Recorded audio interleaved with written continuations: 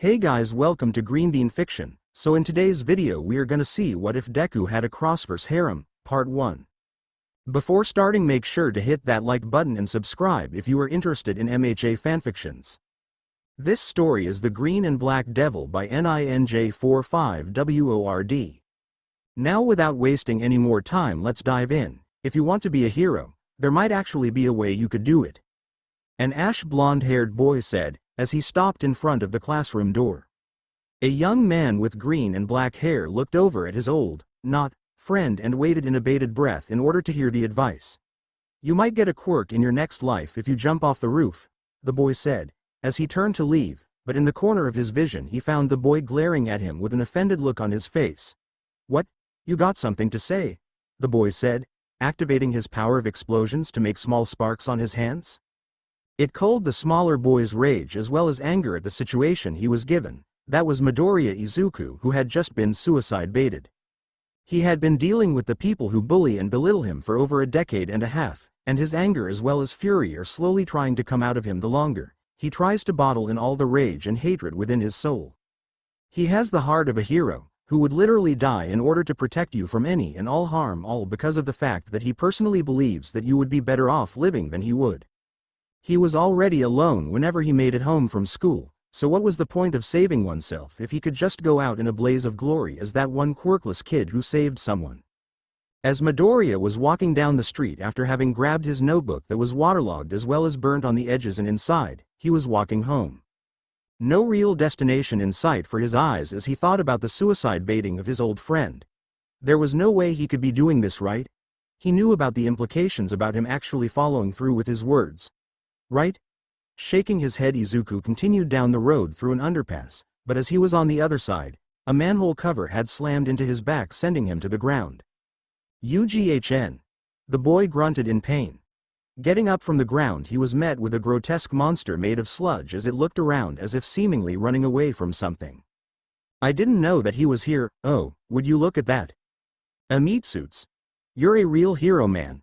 I can't believe that he would come here. You are really giving me a chance at escape, the villain said, as Izuku lost all motor functions when the villain had grabbed him immediately. As Izuku struggled with a vain effort, he could only think about how his mother would react to his death on the news, but before his vision had started to wane and fall into unconsciousness, he heard a voice that caused him to struggle just a bit more. Worry not, young man. Why? For I am here. All Might's voice rang out in the underpass as the villain let out a screech. Damn you, All Might! The villain screeched out as a massive blast of wind smacked Izuku out of the villain's grasp as Izuku could only let out a painful moan of, All Might? Before passing out. Standing on the top of a roof about 10 minutes after being rescued by All Might, Izuku had sat there in place as the hero told him that he couldn't become a hero without a quirk. That it was just too dangerous for someone like him to enter the hero stage and try and save lives, even gave him encouragement to become a police officer as well as doctor whilst he was at it. Still trying to get the young man to choose a different path of heroism, but as the man left the rooftop, Izuku could still hear the final words of his savior as well as idol. I cannot simply say that you can become a hero without a quirk. It's all right to dream, young man, but you should probably be a bit more realistic with your choice of a job application. All Might said, as he left the boy on the rooftop. As soon as All Might's presence was gone, as well as the villain in hand, Izuku could only sit there as his hearing was muffled as he thought about what had happened in the last 10 minutes. He was saved by All Might, given an autograph by the man in his notebook, then taken to a rooftop after trying to knock him off of his leg. And all before informing the young man that he couldn't become a hero without a quirk. Damn. And now Katsuki's last words to him ever since he left school that day were glaring at him and rearing their ugly head. If you want to be a hero, there might actually be a way you could do it. You might get a quirk in your next life if you jump off the roof. Looking at the edge of the building, Izuku saw that it was really tempting to do. His mother probably wouldn't know about his demise until the early morning. She was working at the moment and would think that he was at home right now and not at a rooftop at the moment. He was really considering Katsuki's words, wasn't he? Moving over towards the edge of the building and saw as the people down below were walking about their day, unsuspecting of the young man who was above them about to make a life-threatening decision. Taking off his shoes and pulling out a note he had made about 5 months ago, He opened the note again in order to read it again to make sure that everything he wrote about a few months ago was still there. Hello. My name is Midoriya Izuku. And to those who are reading this, it means that I had finally gained the courage, bravery, or probably took the coward's way out based on what Kachan says. I just can't handle it anymore. It's too much for me to handle, all the bullying. The red spider lilies I get on my desk, all the abuse from Kachan and all the other students and teachers. I have 10 long years worth of bullshit that is hidden deep within my soul, and I have been holding it back. To whoever is reading this, please make sure that Bakugo Katsuki faces the consequences of his actions towards me. I beg of you, ever since he had gotten his quirk, he has done nothing but be evil with it towards others. Putting others in their place, as he calls it, when he really is just beating them up because he wants to prove to everyone that he is the better fighter. He has left scars on my body ever since I was 5 years old, and they are the reason why I can't even talk to others normally. He has left mental and physical scars all over me and I can't escape it. I can't even trust anyone because of all the things he had done in the past, and the same is for everyone who had treated me the same way as Bakugo. I apologize that if it is you reading this, Mom, I'm sorry for not being a good enough son. I'm sorry that I couldn't even get you to believe in me. It's my fault after all why you can't make any friends anymore, why you gained weight because of the pain as well as sorrow from my dad leaving us. I'm making this end, and I don't want you to blame yourself. It's my choice to do this, not yours. You did everything you could make sure that I was safe, even if it was helicopter parenting. I'm sorry for dying on you like this. I want you to leave Musutafu and find someone who will really love you. After reading the letter, Izuku wiped his eyes clear of tears as he moved over the railing of the building he was left upon. Looking down, he never noticed how a brown-haired boy was currently looking up at the sky thinking about his own issues before taking notice of him. Nor did he notice how there was a door opening behind him from the same brown-haired boy who came up to stop him from doing what he was doing. Hyodo Issei was sent out into Musutafu in order to get a new thought process about what he wanted to do when he got older. His parents were trying really hard to curb his perverted antics, but they were at their minds' limits when it came to him. In a bid to get him out of the house and not watching porn every day, they sent him out to get some groceries in another prefecture of Japan within Musutafu. On the other side of the country, Issei had been having a marvelous day so far. He had seen that there were plenty of good-looking girls that he could try and flirt with, but he shook his head as he grabbed the items from various stores around the place. He was sent out here to get some groceries, not look at what seemed to be a very small person at the top of a building preparing to jump. Wait. Issei thought aloud before looking closely at the rooftop, and lo and behold he saw someone at the top of the roof waiting to jump. Getting into panic mode, he ran into the building scaring some of the people inside from his speed, and climbed up the stairs as fast as he could. As soon as he found his way to the rooftop, he opened the door and saw what appeared to be a first-year high school student by his standards readying himself to jump. The boy had greenish-black hair that was wild in every which way as it stuck out on different angles. The boy had moved closer to the edge before letting go of the railing and falling forwards, and Issei felt his body betray him in terms of sitting there stunned and moved without his brain catching up. Leaning over the edge of the rooftop, he managed to use his much taller frame to grab the boy's leg as it was higher up than his arms and stop his fall prematurely. He was also pretty sure that he needed to work out more since he could barely hold the boy's weight since he was slack in his grip. Using his other hand, he pulled the boy up from the edge and back on the roof once more as he panted in exhaustion as he felt the adrenaline pumping through his body. What do I do? I know that he tried to kill himself, but that isn't the way he should go about this. Who should I call? He left a note, but I'm pretty sure that I don't want to read it. Issei had mumbled softly to himself aloud. He managed to bring the boy over to the spot away from the edge of the building as he laid him against the wall. I should probably explain what I'm doing here with him when he wakes up. I hope I didn't hurt him at all when I grabbed his ankle. Issei muttered to himself, thinking about why the kid would do such a thing. Now that he got a better look at the kid, he was wrong on the age of him. He looked like he was barely getting out of junior high. Not to mention the deceptively baggy clothes hanging on his body as Issei made a quick note of the boy's leaner but scrawny form. He really needs to hit the gym, but I can only hope I can figure out what is wrong with him. Issei said, aloud before sending a text to his mother informing her about the fact he will be late in getting home. He was about to sit down to play a game on his phone when the boy started to stir from his unconscious state. What happened? Did I not do it alright? I really am a Deku. The boy said, as Issei noticed the lack of self-confidence. He wrote something down on a piece of paper in order to try and get to the bottom of this, as he looked at the boy. Well, that's some really low confidence in yourself. Why did you try and jump? Issei asked, a bit blunter than he should have. The boy became extra guarded as he looked at the much taller Issei. Don't worry, little guy, I'm not here to hurt you. I saved you from your little suicide parade. Issei said, with a chuckle at his own dark joke. I was trying to do that. Why do you care? The boy asked, trying to make himself as small as possible.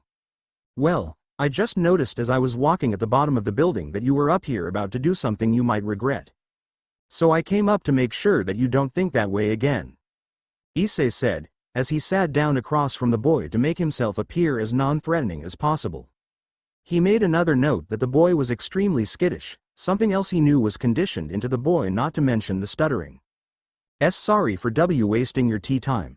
I will make sure to go somewhere else next tea time. The boy said, as Issei shook his head. You don't have to take that way out, you know. You could try and prove whoever told you to do that wrong? Issei asked, with a quip as the boy vehemently shook his head. I can't do that. Even the number 1 H hero told me. That I see can't become a H hero like him. The boy said, as Issei nodded. Well, what is the reason for All Might to say that to you though? Issei asked, prying for more answers. He noticed the faint bruising of a burn scar on the boy's left shoulder and marked off something else under peer-like abuse. He wasn't liking where this was going. All Might told me that being a quirkless hero is unheard of. That I would be basically get myself killed. So he tried to make me take a path that doesn't have much problems with me. The boy said, as Issei made to ask another question. What's your name, Squirt? Issei asked, with a small smile. Midoriya Izuku. And I would like it if you left me alone. Izuku said, as the boy got ready to leave. Do you have anywhere to live? Issei asked, as the boy nodded. Well, why don't we get you there and back to your parents? Issei asked, as he helped the boy stand up. Because my mother isn't home right now. My dad is over in America, in order to pay our bills. Izuku said, as he lied about his father. Well shit, when does your mother come home? Issei asked, as Izuku looked at him. She hasn't been home in a week now. Izuku said, as his heart started to clench. Well, you could live with me? Issei asked, as Izuku looked at him in shock. Why would you want me? I'm quirkless. Izuku exclaimed as Issei gained a curious expression on his face. Well, if you're quirkless, what can you do that will be different from heroes?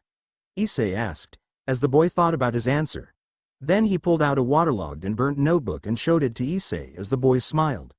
Found something he takes pride in. This might be a way for me to get him to trust me.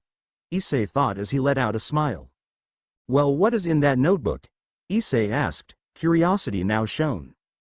It's a notebook I made on heroes and villains, even some vigilantes as well.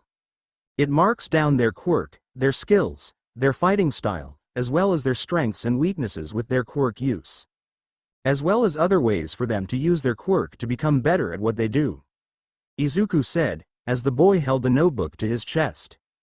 Well, from what I can see, you already have what you need to become a good hero, Issei said, standing up and giving Izuku his boots as well as note. Why you didn't read my letter? Izuku asked, as Issei nodded. I didn't, want to intrude onto your life through the letter.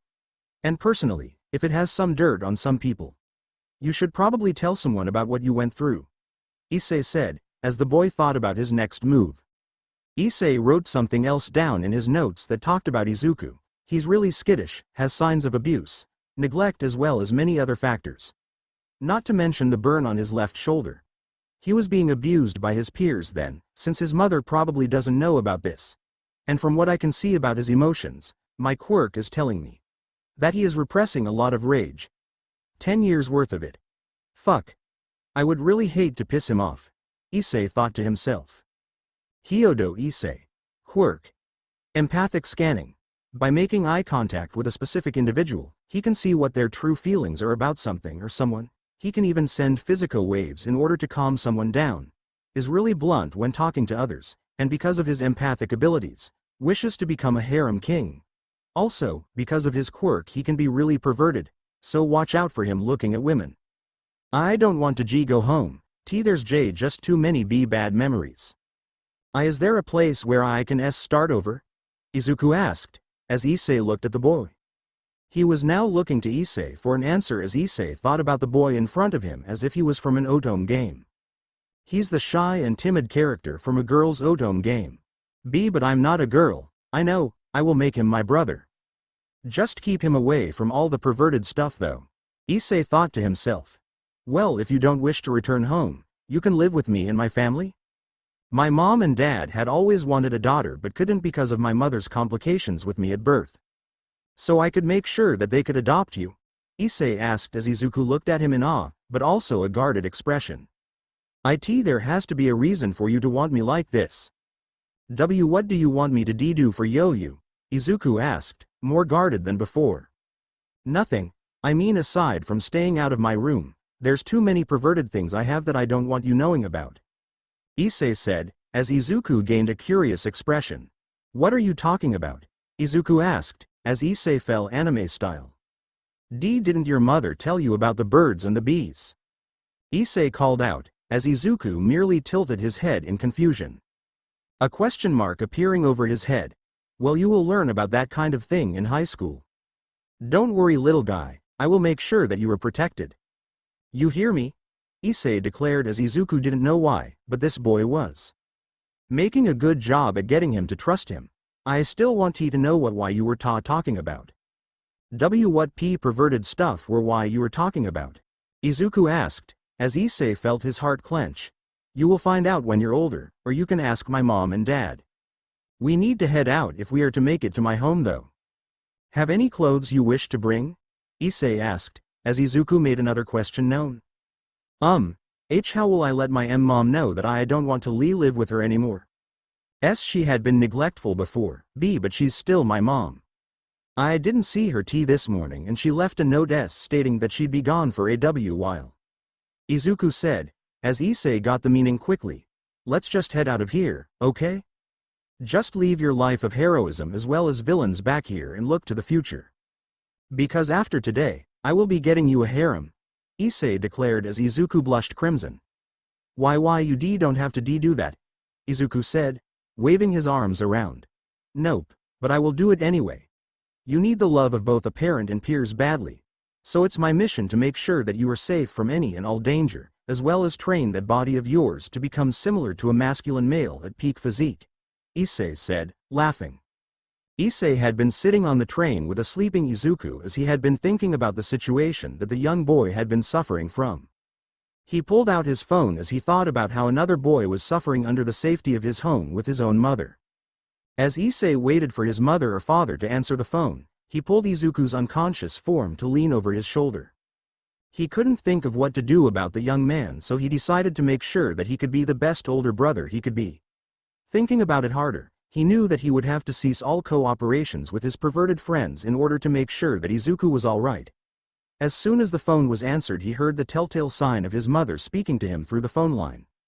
Hey Issei, did you get the groceries that I asked for you? Issei's mother asked, as the boy was quiet for a second. Mom, I think I just adopted a little brother.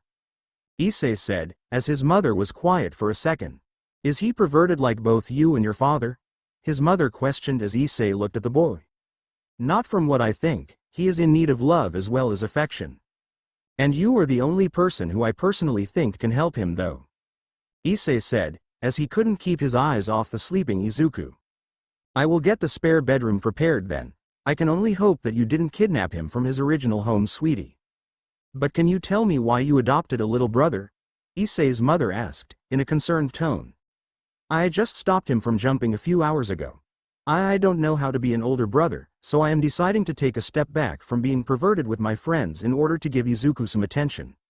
From what I could see, he really needs it, Issei said, as he gave the boy a side hug. He didn't feel pride in the fact that Izuku leaned more into the hug. No, he did not. He is a perverted coward, not a prideful bastard. You didn't see anything. About an hour later, Izuku and Issei were seen walking towards the older young man's home within the town of Kuo Town. They soon arrived at a two-story house as Issei started to wipe his feet on the welcome rug in front of the door. "Alright Izuku. I need to inform you about how my parents could be a little excessive in terms of showing love." "Alright?" Issei asked, as Izuku looked at him. "It would be better than what mine do. I have one living overseas because of my quirklessness, and a mother who cares 1 minute and doesn't the other," Izuku said, as Issei felt bad for him immediately. Opening the door, Issei had announced his presence as well as announced that they had a new son as well. Entering the room, Issei's mother looked into the hallway overlooking the front door as she saw Issei as well as a small form behind his back. Smiling down at the clearly fearful boy, she crouched down to be at his exact height, which wasn't much. "Hello there, my name is Miki Hyodo, this perverted brat's mother." "What's your name?" Miki Hyodo asked, curiously looking him over. Midoriya Izuku." The young man replied as Miki happily smiled at him. "Well, I got some dinner started. You should get washed up. I will tell you both when dinner is prepared, and your room will be in the spare upstairs down the hall next to Issei's," Miki Hyodo said, as she smiled down at Izuku and rubbed his hair. "I will show you to the bathroom upstairs," Issei said, as he had Izuku follow him up the stairs. Once arriving at the bathroom, Izuku entered the bathroom with a towel in hand as Issei smiled at him and told the young man to inform him about whether or not he needs help and he will be in to assist the boy. Whilst Izuku was in the shower cleaning himself up, Issei went downstairs in order to talk to his parents about what they should do with Izuku since he technically would be a kidnapper in the eyes of his mother back in Musutafu. "I can't believe that he had tried to jump, that kind of boy shouldn't even be thinking about that Goru. What did he go through to make him think that ending it would be alright?" Miki Whisper shouted at her husband. "I don't know Miki, but we need to get to the bottom of this. No life is worthless. Not even one who doesn't have a quirk. Many of scientists are quirkless and they make a difference in our world," Goru said, as Issei entered the kitchen. "Where is the young man?" Goru asked, looking at Issei's arrival. "He's in the shower, but I think I know why he thought ending it would be a better choice than living on," Issei said, as his parents looked at him concerned. "What's wrong, Issei?" Miki asked, as Issei looked at them filled with worry and concern. I personally think that he's being bullied like I used to.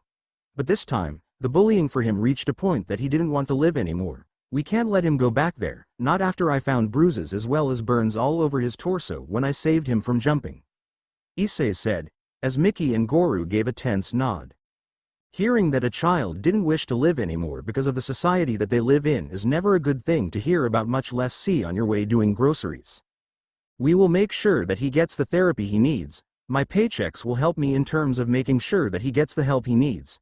It might take a while, but once he is able to smile again happily and for real, is when we will know for sure that he is okay," Goru said, calling up a therapist in order to talk to the young man in the shower. As Goru had left the kitchen suddenly not feeling hungry anymore, he walked outside into the backyard as he talked to a nearby therapist for a session. Izuku chose this time to enter the kitchen as his hair was slightly damp as he looked around the room until he found Issei and his mother talking to one another at the kitchen table. Sitting down next to Issei, the young man had pulled at the food at his seat as he looked up at Miki and Issei. "Don't worry, we won't stop you from eating. You need to put on some weight, little man. You aren't even looking healthy with how skinny you are," Miki said, as she pointed a spoon at him in a non-threatening way. They would eat dinner for around an hour before entering the living room as Issei went upstairs into his bedroom in order to clear it of porn he had stashed inside. With Miki and Izuku, the woman looked down at Izuku as she asked him a question that was on her mind with how the boy seemed to fidget where he sat. "Alright, my son didn't get the chance to ask you this, but this isn't to say that you are, but do you think about girls in a certain way?" Miki asked, wording it in a way that might get the problem across. "What do you mean?" Izuku asked, as Miki cursed herself internally. "When you look at a woman like Midnight, what is the first thing that comes to mind?" Miki asked, thinking talking about heroes might get the boy to talk better. Well, when I think of her, I personally believe that she could tone down the seductive talk. The villains she fights, could you use that talk against her?" Izuku said, as Miki released a sigh of relief. "Oh, thank God you aren't a pervert," she said, as Izuku looked at her weird. What is a pervert again? Izuku asked, as Mickey looked at him. A pervert is a man or woman who makes seductive comments towards the opposing sex most of their time around them. Somewhat like Issei is, except that boy takes it to another level by peeping on the girls at his school whilst they are changing. But from what he told me was that he was stopping being a pervert to make sure that you were alright. Mickey said, as Izuku nodded. Does that mean you will tell me where babies come from? Izuku asked, as Mickey looked at him pointedly before blushing slightly. Didn't your teachers tell you that in school? Mickey asked, as Izuku shook his head. My teachers think that I'm too dumb to learn something like that. Izuku mumbled as Mickey pulled the boy into a side hug. Don't worry, little guy, they just don't know how smart you can become with the right conditions.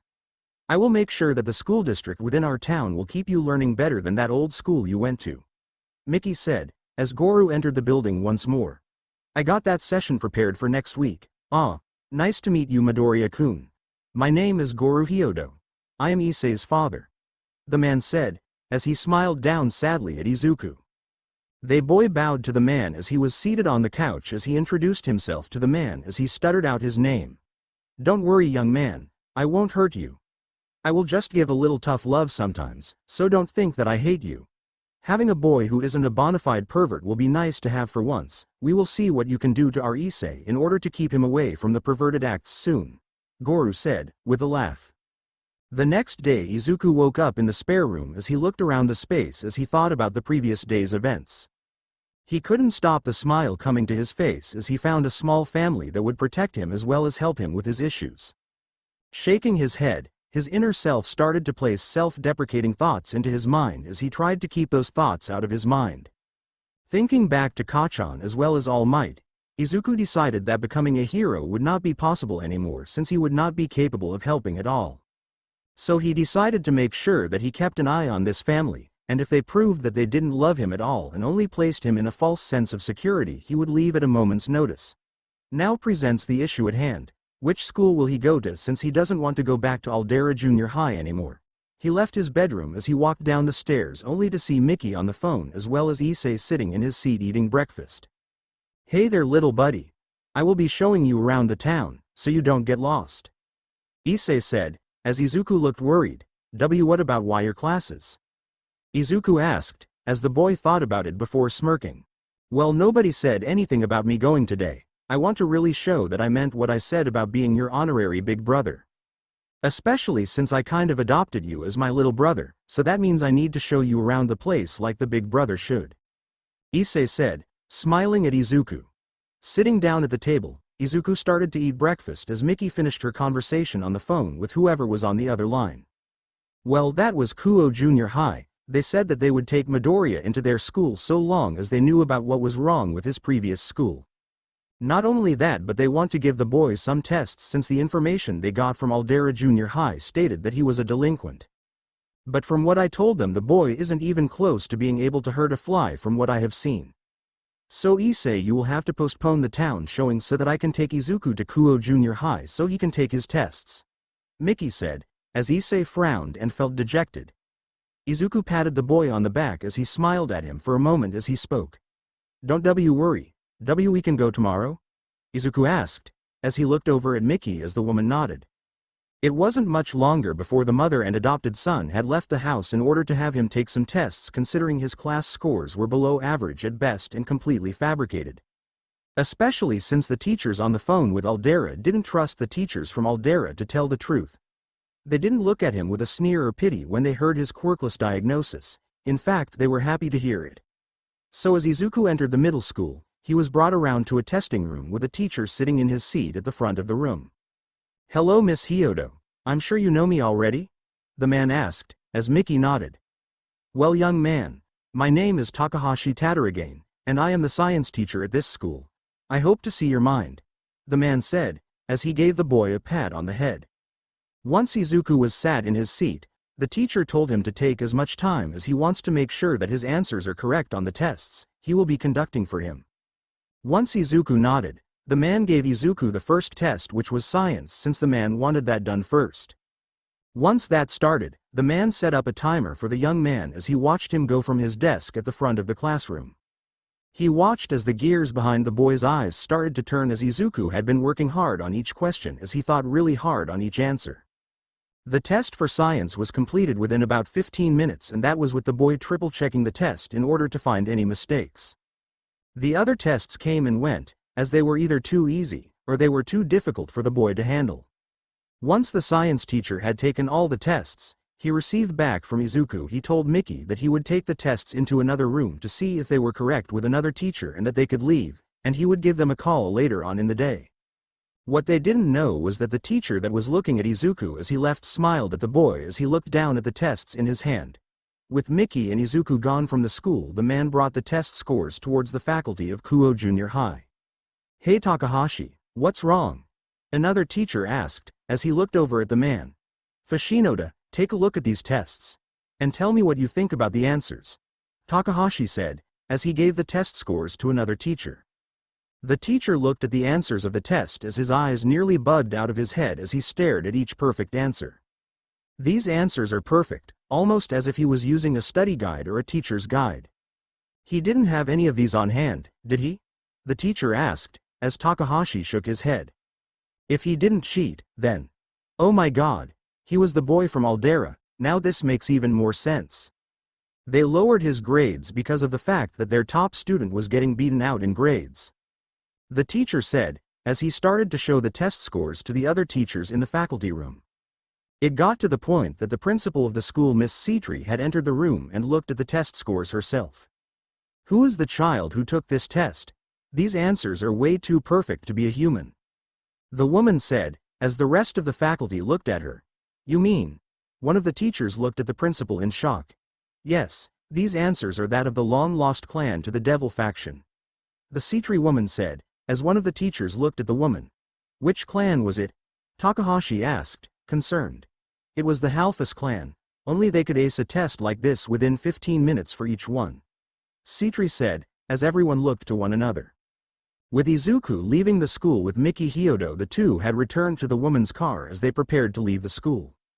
With Izuku not feeling like he passed the test, they went back to the Hyodo family home so that they could make sure that everything with him was alright for his first meeting with his therapist. Time would pass as Izuku entered the main building where the therapist would be located, as Miki and Goru would tell Izuku to inform the therapist about his reasons for being found on that building Issei found him on. Izuku was highly against this for a while before he was convinced to do so, as they told him that if the boy was really a friend, they wouldn't tell him to go and commit suicide. With this information, Izuku followed Miki into the therapist's office in order to start his therapy session with the woman. He was unaware that this woman could sense him from outside the room, and as soon as he entered the room, he went over to the couch as he sat down. He was incredibly skittish towards new faces, and very guarded. Those were the first things the woman made a note of. As Miki then left the boy in the room to talk, the woman spoke up. "Hello there, my name is Graphia Lucifuge. How can I help you today?" the woman asked, as she smiled at the boy. "And my name is Midoriya Izuku. I came here for a ATH therapy session," Izuku said, as the woman smiled at him. "Don't worry, we won't talk a whole lot about things, but we will talk about what I am here to do in the meantime for each and every session we have," Graphia said, as Izuku nodded. "Well, every time you come here, you will be learning how to let go of your past as well as inform me about everything that happened before moving in with the Hyodo family," Graphia explained as Izuku nodded. "Should I start from when IW was small?" Izuku asked, as Graphia pulled out a notebook to write in. "You can start your story from any place you want. If you want to start from when you were a child, then you can," Graphia said, as Izuku nodded. "Well, I guess I had started WH when I was around 5 years old." Izuku started as Graphia felt like this will be a long session. Izuku started to talk about his past as well as what happened when he was revealed to be quirkless to those around him, and what they did to him after finding out. Izuku primarily talked about one singular boy who was at the forefront of the attacks on the boy's psyche as well as physical body. As time passed on from the very young age, from 5 years of age, all the way up to around 10, Graphia started to notice something horrifying. This young man had been bullied as well as abused both mentally and physically for the betterment of 10 whole years. Sighing in sadness, Graphia continued to listen to the boy speak, and she was surprised that the moment he was given a chance to talk, he was not stopping, he continued to talk. And talk. Graphia was getting more alarmed the more the boy talked about his problems as well as how this one boy was the cause of it all. His social anxiety as well as fear of explosions had been beaten into his body as every time there was an explosion in the distance his body had flinched harshly. As Izuku continued to talk about his middle school years, Graphia was slowly becoming more and more angered by what happened to him. Humans were supposed to take care of one another based on what she knew about them, especially since they had superpowers now. They made laws that stated that they were supposed to prioritize those who were being abused and look for the signs. Graphia here and now knew that this boy was utterly failed by Hero Society, and it wouldn't be long before the kid went out to seek retribution for his bullying as well as abuse.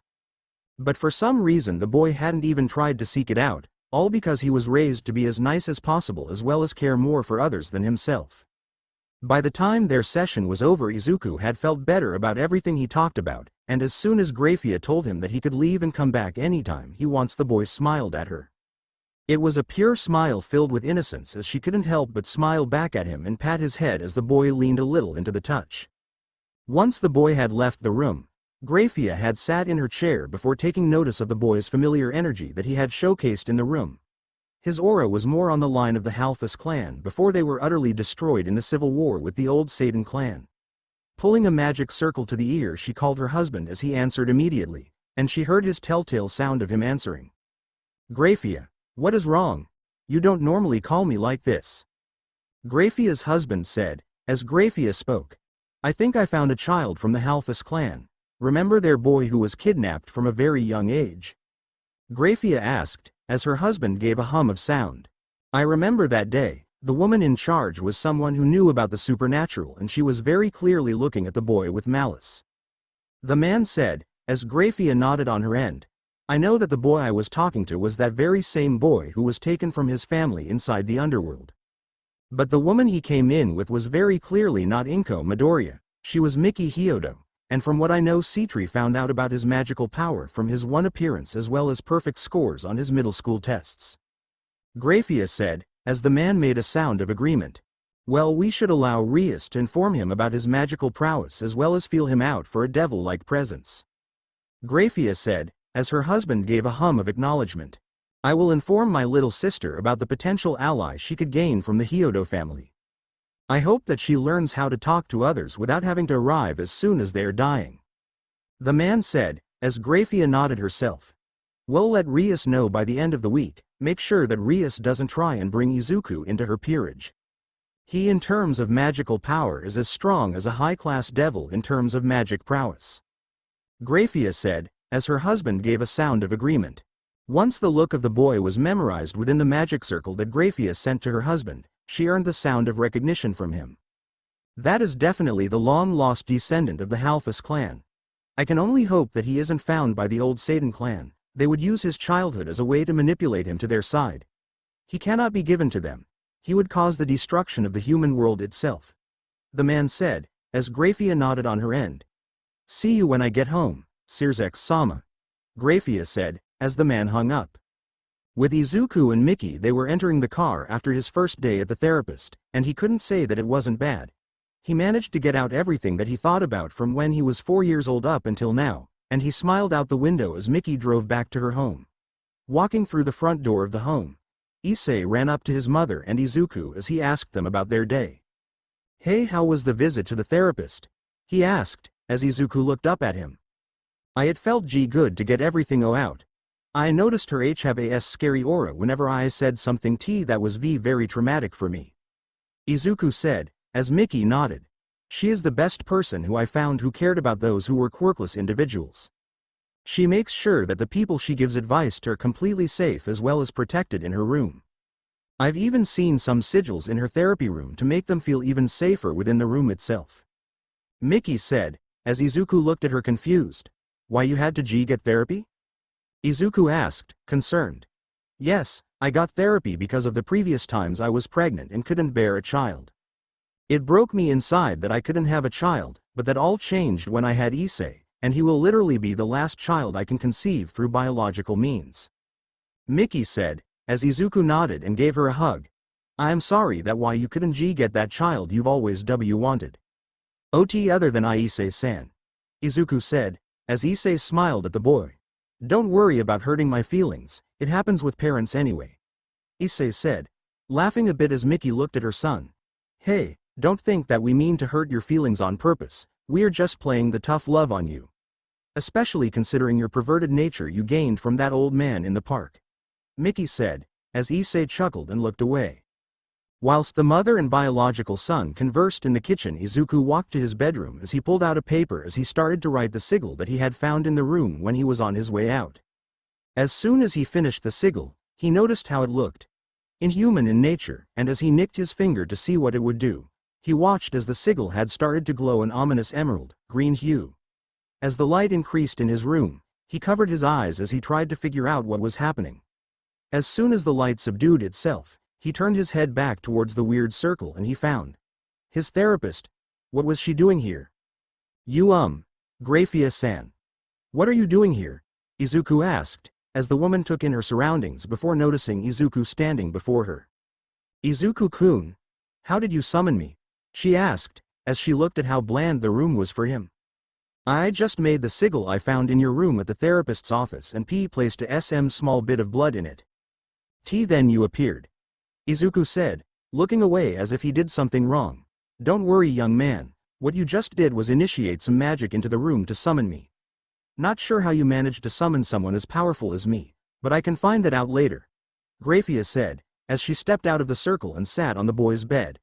Come here, little one, we need to talk about your heritage. Graphia said, as Izuku sat next to her on the bed. As they sat there for a while, no one said a thing before Izuku looked up at her as she gathered her thoughts in order to tell him. Izuku, could you ever notice something different about the world? Especially as a child? Something you could see that nobody couldn't? Graphia asked, as Izuku thought about it. I found a weird monster in the forest near my home when I was a kid. I thought it was a figment of my imagination though.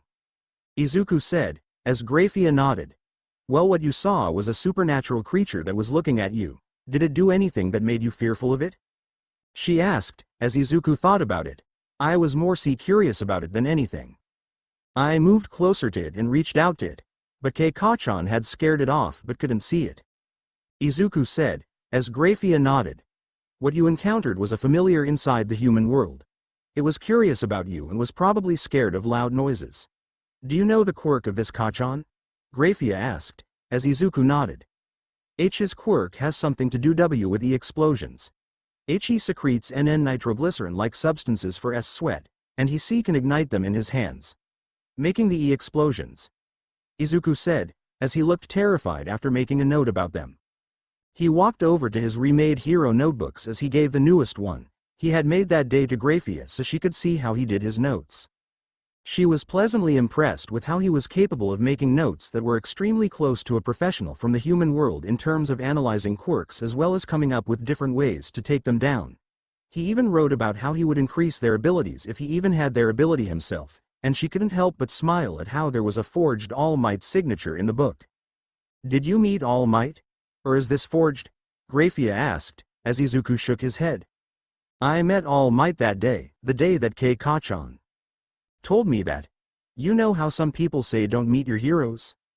Izuku said, as Graphia nodded. Well, when they said that, it was literally that for All Might. He was incredibly blunt when he told me that I couldn't become a hero, and I am lucky to even be alive. Issei-san. He managed to see me from the ground below me and ran up the 20 flights of stairs in order to get to me as fast as possible. Izuku said, as Graphia thought about his answer to her mental problem. If this Issei hadn't saved this boy, we would have lost his mind as well as his clan forever. Graphia came up with as she shook her head. Well, you should probably head to bed, Izuku. You will have to go to school in the morning. Graphia said, as Izuku looked at her. Why, you know about the school I'm going to? Izuku asked, as Graphia nodded. I know the principal there, and she informed me about you before Miki did.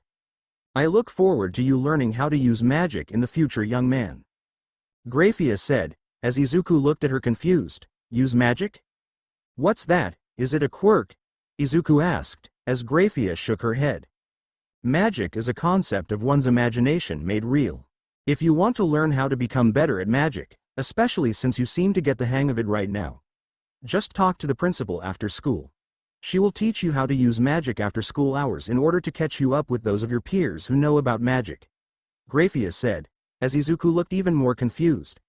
If I know magic, does that mean you know it too? Izuku asked, as Graphia smiled at him before revealing her wings.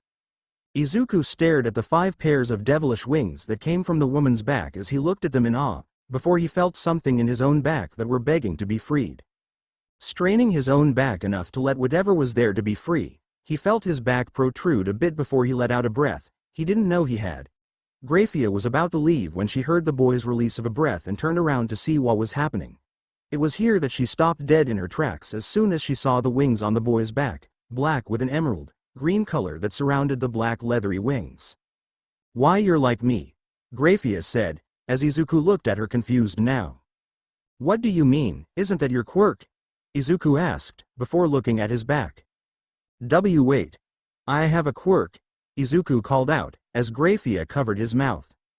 Izuku yelled into her hand. Please be quiet about this. If this information got out, you would be hunted for all eternity by those who hate our kind. Graphia said, urgently, as Izuku nodded in her hand. Releasing the hand, she sat the boy on his bed before telling him about the race she was a part of, and that he just figured out existed with his own bloodline. Izuku Midoriya, you are a devil. From the 3 pairs of devil wings that I can see, you are a very powerful one at that. You are a part of a faction that exists within its very own faction that was split up because of a great war that your ancestors were a part of, Graphia said, as Izuku pulled out a notebook to write this down. As she continued with the amount of history the devil faction had in the world of the supernatural, Izuku was intrigued about the history about them. They continued to talk about the supernatural as Izuku learned how to converse with those who were devils. Izuku then made a note about the woman's aura being covering her body with a light blue hue covering her body, as the woman smiled. He could already sense other devils in the world, and that ability is very rare between devils, and she couldn't wait until he got many times stronger. That is all the time I can give to you, Izuku. Make sure to train your magical power before entering high school, alright? I will be having someone keep an eye on you during school. Graphia said, as Izuku nodded. As soon as the woman left the room as well as the human world, Izuku smiled to himself as he thought about everything that happened in his life leading up to this point. It all could have been avoided from the beginning if he was still with the devils, and he couldn't help but feel bad about never knowing who his original parents were, considering they were killed in the Devil's Civil War. Shaking his head to get some sleep, he knew that he would need to increase his magical power as well as physical strength. He needed to be strong enough to handle himself. And if what Graphia had told him was correct, he would need to be strong enough to have a peerage as soon as he reaches his 2nd year of high school. He would fall asleep a few minutes later after having those thoughts with a smile on his face. He wouldn't be plagued by nightmares that night. Izuku woke up the next morning feeling more refreshed than he had in the last few years of his life until this point. Smiling to himself, although it felt a little strained to his own mind, he walked downstairs into the kitchen and found Miki cooking some breakfast. Morning, Izuku. How did you sleep last night, as terrible as the last few? Miki asked, concerned for the boy as she cooked. I actually got more than enough sleep last night. I'm ready for my D-Day actually, Izuku said, as he stuttered out his answer. Well, that's good, it means that you are fitting right into our family. I can only hope that with your presence here that Eyes can stop his perverted streak for just a bit longer. It's been so nice to see my son here hanging out with his brother as well as parents more often instead with those bad influences, Miki said, as Izuku chuckled softly. The two would spend the better part of the early morning making breakfast for the other two in the home as Izuku prepared himself to get to the middle school he was transferred to. Issei had come by to say hello to Izuku in that time as the boy was slightly happier for that good morning he received from the perverted boy. Izuku knew that the boy was holding himself back because of him and he wanted to get the young man a gift that would satisfy him. He was walking to school completely unaware of the fact that a small girl with white hair was watching him from afar as Izuku was walking to school.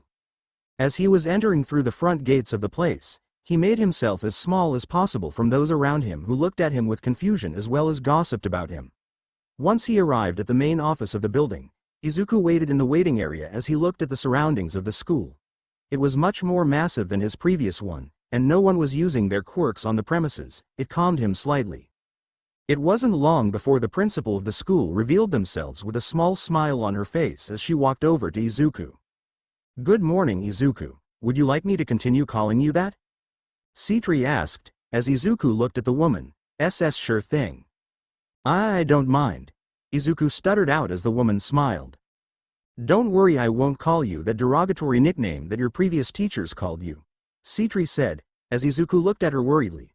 "I can read your mind, child, it's my quirk," the woman said, as Izuku immediately changed personalities on the spot and demanded answers to his ungodly number of questions. The principal had walked him down the hall as he wrote down each and every answer she gave him as the woman smiled at his curiosity. Once the two had arrived at the classroom that the boy was going to reside within for the remainder of the year until he enters high school, Citri looked at him. "All right, Izuku. Every day after school meet me in my office as I show you certain texts to help you with your lessons," the principal said, as Izuku nodded along.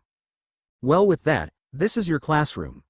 Make sure that you introduce yourself to the teacher as well as the students inside, and after that you can make your way through the year," Citri said, as Izuku happily nodded his head.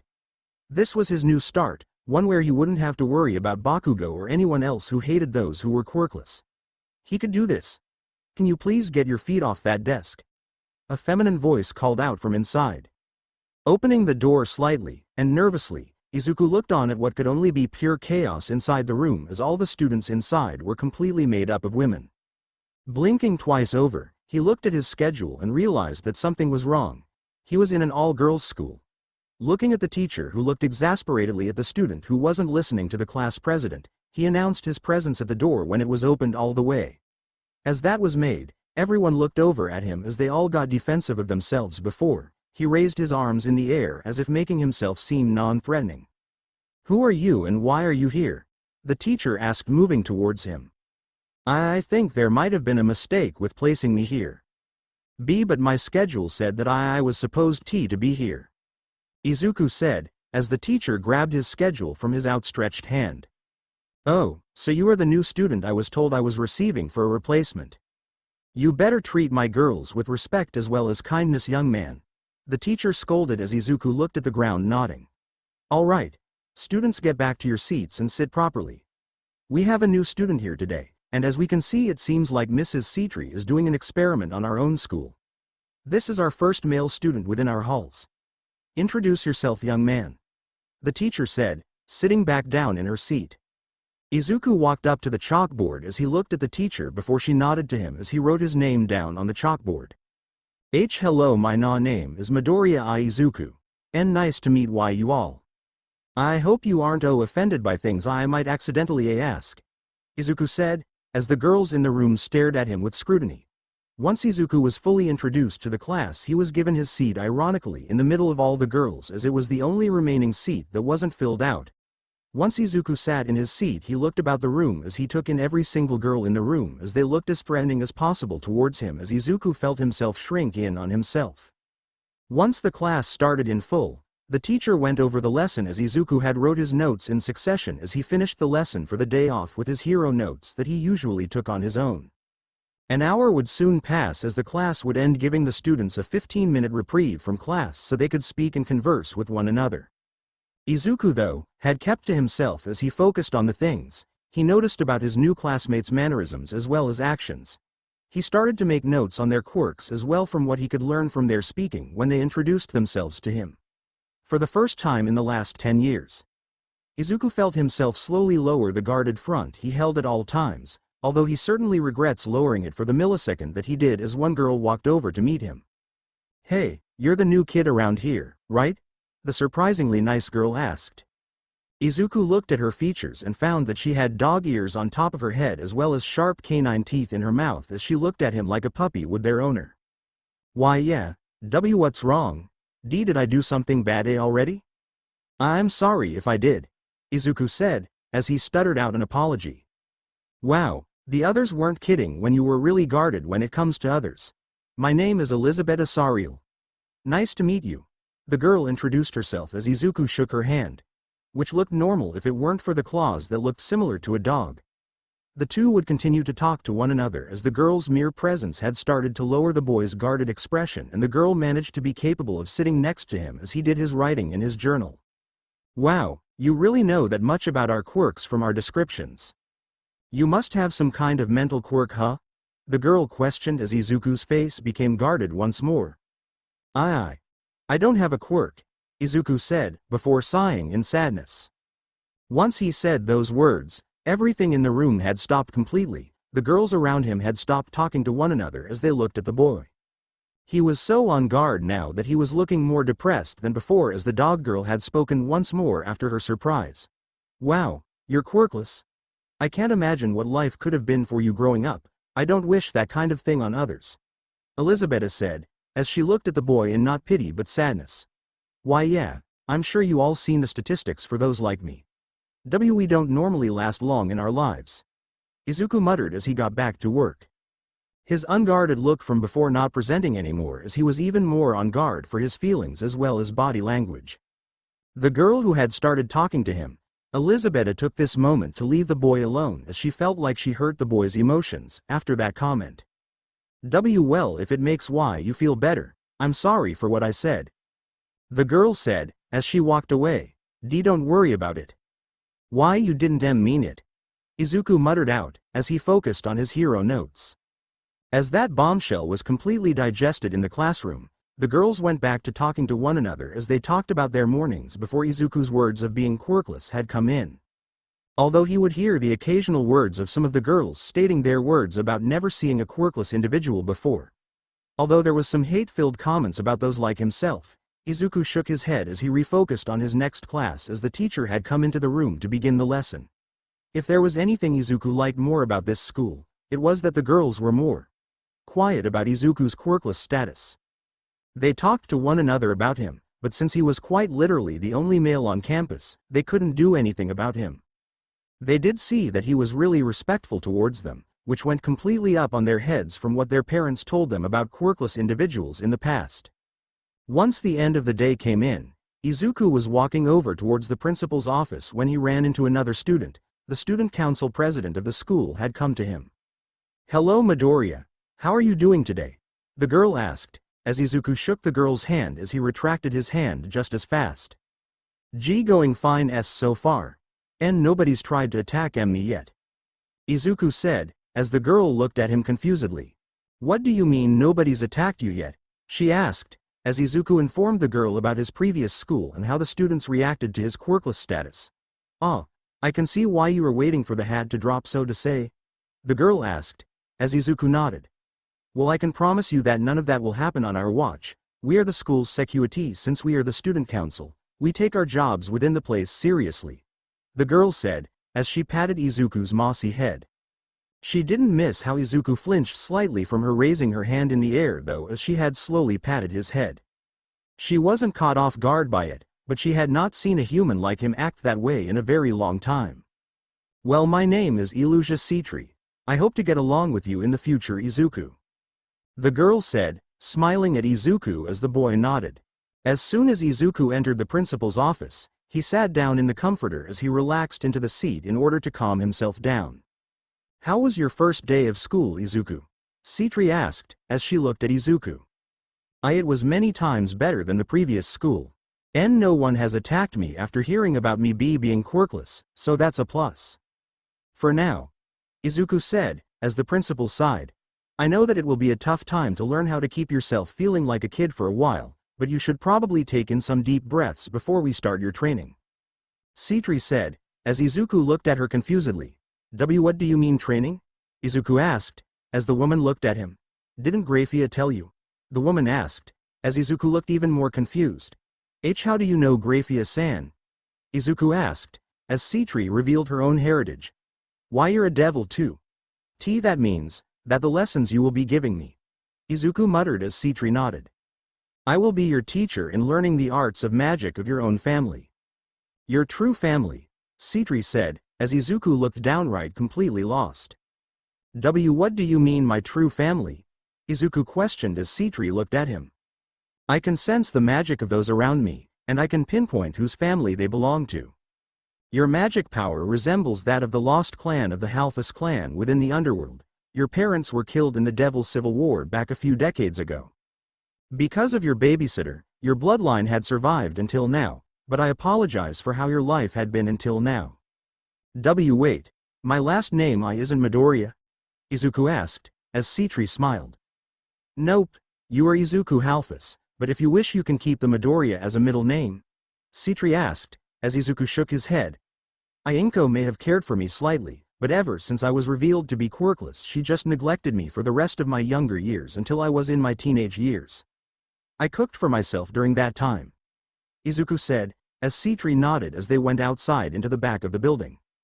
There Izuku found himself learning how to use offensive spells as well as his clan's ability to control nature as well as the earth with their own magic. For the next few hours, the two would spend their time in the back of the school grounds learning how to get Izuku's magic to show itself. But without any good luck they had to have Izuku leave without learning anything else should he decide to stay the night at the school. Once in the safety of his bedroom, and with the knowledge that his family were really the Halfus clan, Izuku made it his mission to make sure that he becomes the perfect heir to his clan. He doesn't wish to cause Citri-san or Graphia-san any burden because he can't use his own magic to keep himself safe. So as he was sleeping in his room, he tried to keep his body awake as he tried to use his clan's magic like Citri instructed him to do. As he thought about controlling the earth to do whatever he wanted it to do for him, he finally managed to get a flower in the pot next to him to bloom and show a beautiful cherry blossom tree that he bought on the internet. It was small at the moment, but he would need to place it outside to grow it in the backyard if he wanted it to happen.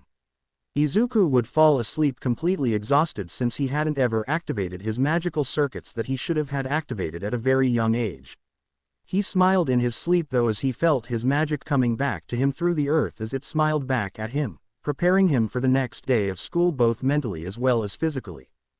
The next morning Izuku was seen planting his cherry blossom tree in the backyard as he looked at the small tree growing from the pot as he dug a small hole. As soon as the small hole was made for the tree, he placed the pot next to the hole as he dug out the roots to the tree as he planted it in the backyard in order to watch it grow over the next few days. As soon as that was done, he went back inside the house as he took a shower to take care of the dirt and grime on his body from digging in the backyard. Once said shower was complete, he re-entered the kitchen as he started to make breakfast for those in the house. The breakfast was something Inko Midoriya would make for him on a daily basis as it was his favorite food that the human world made for him. Smiling down at the food he was making, it was actually the only fond memory of the woman he ever had before the quirkless diagnosis before finding out that he wasn't even human in the first place. The food item he was making was katsudon. It was a really heavenly food item that humans could make from pork rice as well as eggs. He finished making the rice as well as the pork as he prepared the eggs when he heard Issei coming down the stairs and into the kitchen with Miki Hyodo and Goro Hyodo. "Morning bro, how are you doing today?" Issei asked, as he sat down at the table. "I'm fine, just planted a tree in the backyard. It will spend the next few days growing back there since it got too big for my bedroom. I hope that it grows big enough to be a calming spot for me," Izuku said, as he finished the eggs and placing it in each bowl of katsudon that was made. As the small family ate the food Izuku made, they had actually had to do a spit take as they stopped eating to look at Izuku who had been sitting at the table eating his own bowl of katsudon. The young boy was actually looking like a baby having the first meal of his life as his eyes sparkled as he ate the food. "Izuku, since when could you cook this good?" Miki asked, as Izuku thought about it. "Well, before I moved in with you all, the only thing I learned how to do was cook with Midoriya Inko. That was certainly the only thing she taught me how to do, since she said that the best way to get a woman to like me was to get through to her stomach," Izuku said, as Issei smiled. "Well, that is half right, the same as with us guys. The best way to make us happier as well as fall in love with a woman or man faster is through our stomachs," Goro said, as he happily ate the food. It would be a while before the rest of the family would finish the food Izuku made when the young man placed all the bowls and leftovers either in the sink or the fridge for a later meal. Izuku took some leftovers and placed it inside his lunch box so that he could have it for a meal later. Saying goodbye to the Hyodos, Izuku left them in order to go to school early so that he could have some milk to drink before classes. The day of school was amazing for Izuku. The students hadn't talked to him about his quirkless status, and apparently the school thought about all the rude comments about him were punishable. So he had heard about all the students who bad-mouthed him in the school either being kicked out of the school or being placed in detention for the remainder of the day. And school was coming to a close in terms of classes since Izuku was nearing the last week of school at Kuo Junior High. So as he was leaving his last class of the day, he walked over to the principal's office as he entered the room to find Mrs. Citri looking at him with a smile. "I'm pretty sure I told you to use your magic only when in here or outside in the backyard," the woman said, as she smirked at him with an evil smile. I thought that I could let my magic work on a plant near my bed," Izuku mumbled as the woman sighed and patted his head. "I could feel the magic you were displaying from all the way here, and my daughter had noticed the magic not belonging to any of the living clans of the devils. She thought you were a rogue devil in need of killing. I had to tell her about your presence in Kuo so that she wouldn't get defensive," Citri said, as Izuku nodded. Time passed as Izuku was now outside with Citri as they trained him in his magical energy that was quickly growing in time. It seemed the more he used his magic, the more he could store up inside of himself without having to need to use it completely. So what he did the previous night granted him the magical power to grow slowly overnight and grow even more in the sunlight. They trained until it was reaching dark as Izuku gathered his things as Citri smiled at him as he walked out of the school in order to walk home. "Hey Izuku," Citri called out, as Izuku turned over to see her. "Make sure that you are known within the underworld by the time you are a part of Kuo Academy. They will be glad to bring you into the underworld's knowledge of magic as well as bring your family heritage lands back into your possession," Citri said, as Izuku nodded. When Izuku left the area, Graphia had arrived in the spot where he used to be as she turned around to look at Lady Citri. "Mrs. Citri," Graphia acknowledged, as the woman nodded back. "Graphia, it's been a while, about a week since our last meeting," Citri asked, as Graphia nodded. "I got some news about Izuku Halfus as well as the territory he technically owned in the underworld when he was still registered as a young devil," Graphia said, as she showed Citri the lands. It seems like he has some land under his name. I'm sure he won't want anything too big for himself, he seems like a minimalist at heart. He would probably get more land for others because of the large heart he bears," Citri said, as Graphia nodded. "We are preparing the land for when he enters the underworld by the end of the school year for humans. There is a slight problem though," Graphia said, grimacing. "What is wrong?" Citri asked, as Graphia gave the woman the details. Izuku was entering the home of the Hyodo family as he saw Miki doing some more dishes from that morning as he said his hello to the woman. As he placed his school bag on the ground near the front door, Izuku grabbed his homework as he began to complete it as fast as possible so he could start on dinner with Miki.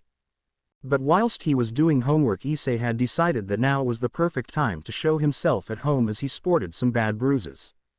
Izuku, being the small naive boy that he was, as well as completely innocent, especially for a young devil, ran over to try and help him out. What happened, Issei?" Izuku called out, stopping his homework since it was already done. Just a disagreement with some of the girls at my school," Issei said, as Izuku sat the boy down on the couch.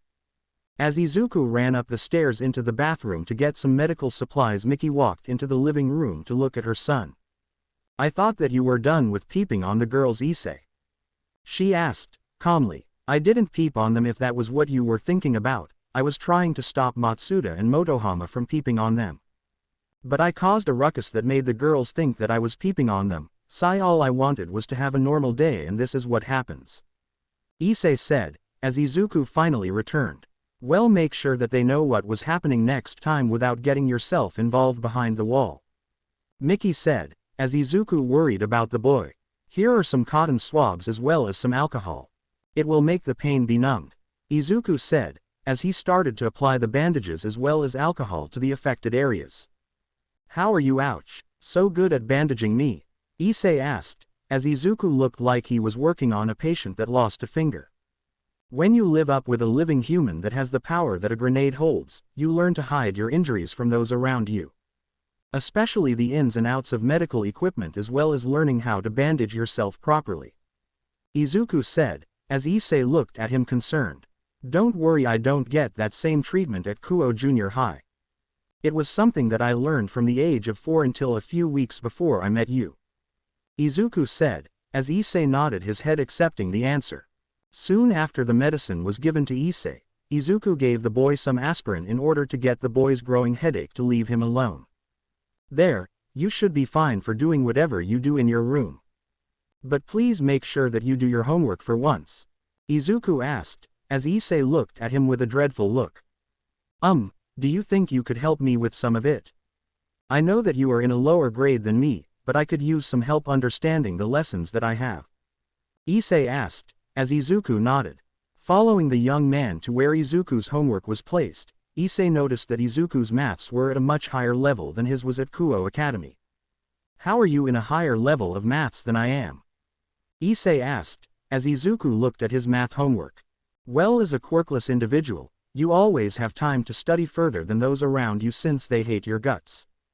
So I spend my time learning more about quirks as well as doing better in my classes, even though the teachers lowered my grades.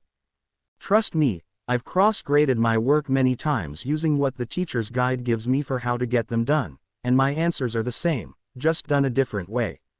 Izuku said, as Issei nodded. And for the remaining time they had together before dinner was completed, Izuku helped Issei with his homework as well as helping him understand lessons that were about a week in advance so he would be capable of passing the classes that he would be in. Thanks Izuku, it's been a while since I had managed to get a higher grade than Matsuda in a while. Issei said, as Izuku thought about the boy in question. Who is Matsuda anyway? Izuku asked, as Issei gained a guarded look.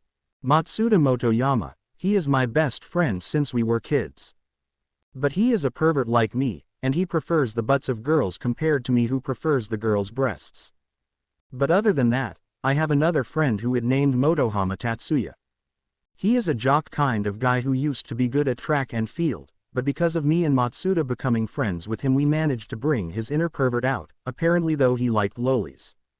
Issei said, chuckling at the thought. Issei, do you want my honest opinion about why the girls hate you? Izuku asked, as the boy looked at him. What is it? He asked, looking in Izuku's expressive emerald orbs. The girls probably don't like your guts because you and your friends are perverted, and tell everyone about your preferences. Izuku said, as Issei thought about it and the boy was right. But how else am I going to have everyone know about my preferences in women? Isn't it something you need to do to let a woman know you're interested in them? Issei asked, as Izuku shook his head. I may not have found a girl attractive in my eyes yet. But if what I was taught by Midoriya Inko. You are respect women, and not peep on them. Why you need to stop peeping on the girls. And maybe, they might just look at you normally. Izuku said, as Issei thought about this. What about Matsuda and Motohama? They're my friends, Issei asked, as Izuku looked him in the jade eyes of the young man. Do they even act like friends? Izuku asked, as Issei thought about it. From what his opinion on friends are, they stick up for one another, and protect them from any and all harm. And in Issei's opinion the fact that Matsuda and Motohama leave him behind to take the brunt of the damage for whatever they do makes him feel a little betrayed. Well no. But I can't abandon them like that. Issei said, as Izuku nodded. Well you don't have to abandon them. Why you could still be friends with them, just keep your perversion streak down enough that it isn't noticeable. Izuku said, as Issei nodded. Once dinner was finished the family had eaten their dinner as Izuku thought about how to make sure that Issei can leave his friends from childhood without hurting their feelings. As he was thinking about this, the house phone got a call from someone as Izuku got up to answer it, and once he picked up the phone, he talked on it away from the small family giving them some privacy. Hello? Izuku asked, as Citri's voice came in. Hello Izuku, it's been a few hours since our last talk, but do you think you could come in early tomorrow so we could talk about certain subjects that will require your say in things? It's important and has to deal with your future as an heir to your clan. Citri said, as her voice had undertones of slight fear as well as worry. Sure thing, I was hoping to leave school later tomorrow anyway with Mickey's say. Izuku said, As said woman entered the room, he was in. Izuku, who was on the phone with you? The woman asked, as Izuku told her it was the school principal who wanted his contact information so that if something bad happened at school he could inform her. Miki bought the small white lie as she left him alone as Izuku finished his talk with Citri as she bade him goodnight.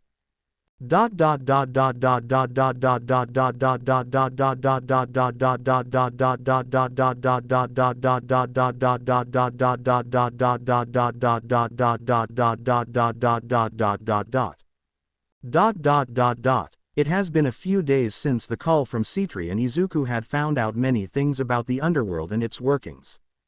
The elder devils wanted to dictate who he married so that they could have more children from his family in order to bring the pure devils' numbers back up, so he was going to the underworld in order to plead his case to choose his own future fiancé for when he feels like he should marry them.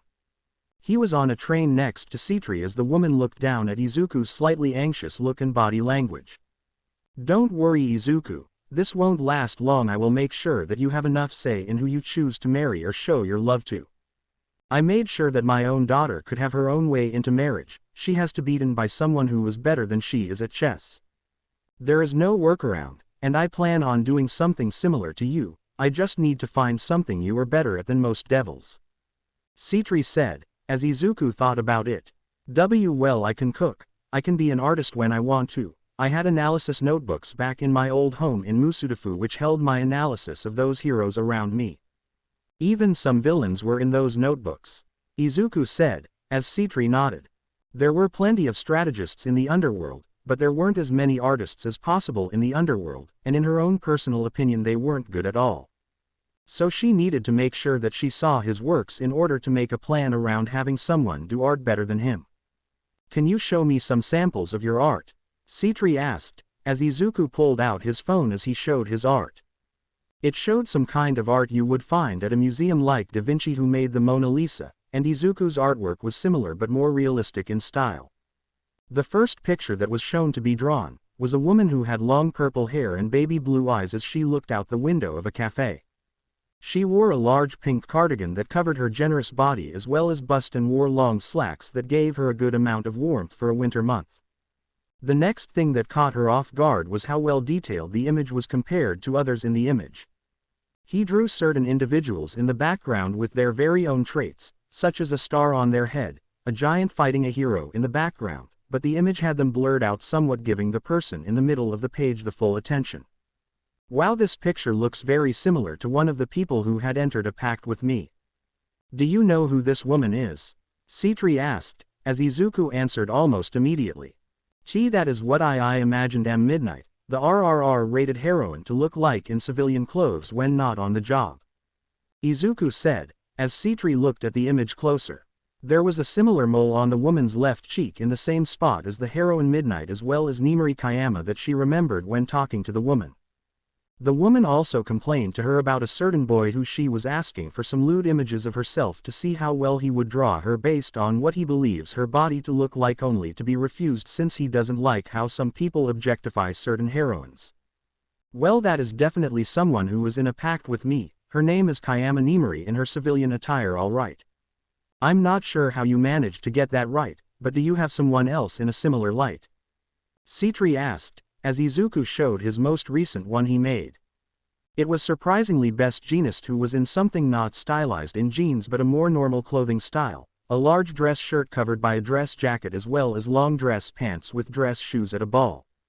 All in all, the man looked like he had been a large giraffe of a man with his jeans, but now he looked like an overly large man with a much longer neck than most. I will make sure that those who wish to have your hand in marriage are under the age of 18 so that we can have a marriage that is near your age. Unless you are into the opposite sex? Citri asked, as Izuku shook his head. I'm not into men, to be honest. I prefer girls if they wanted to marry me. Although if the elder devils are going to try and force me into a marriage with a girl who doesn't want it, I will make sure that I don't allow their free will to be taken. I will allow them to do whatever they want, even marry someone else if they so wish. Izuku said, as Citri smiled. We will arrive at the capital soon. Be prepared for them all to demand that you listen to their demands. They will not appreciate someone not listening to their overall ruling. Citri said, as Izuku scoffed. I've lived with people trying to dictate what my life will be as a useless quirkless boy. I think I can handle elders thinking they know what I want, even if it is for the race of devils to be brought up from the grave. Personally, if they want to control my life like that, I won't join them. Izuku said, as Sitri gained a concerned expression.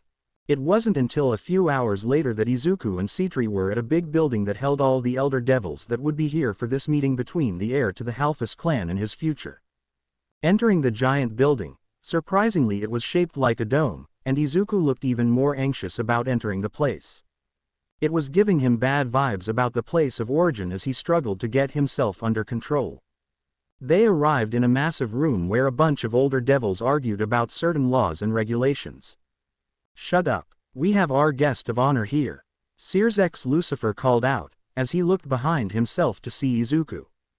Sears X Lucifer was a tall man with long crimson-colored hair as well as teal-colored eyes. He walked over to Izuku with a regal walk.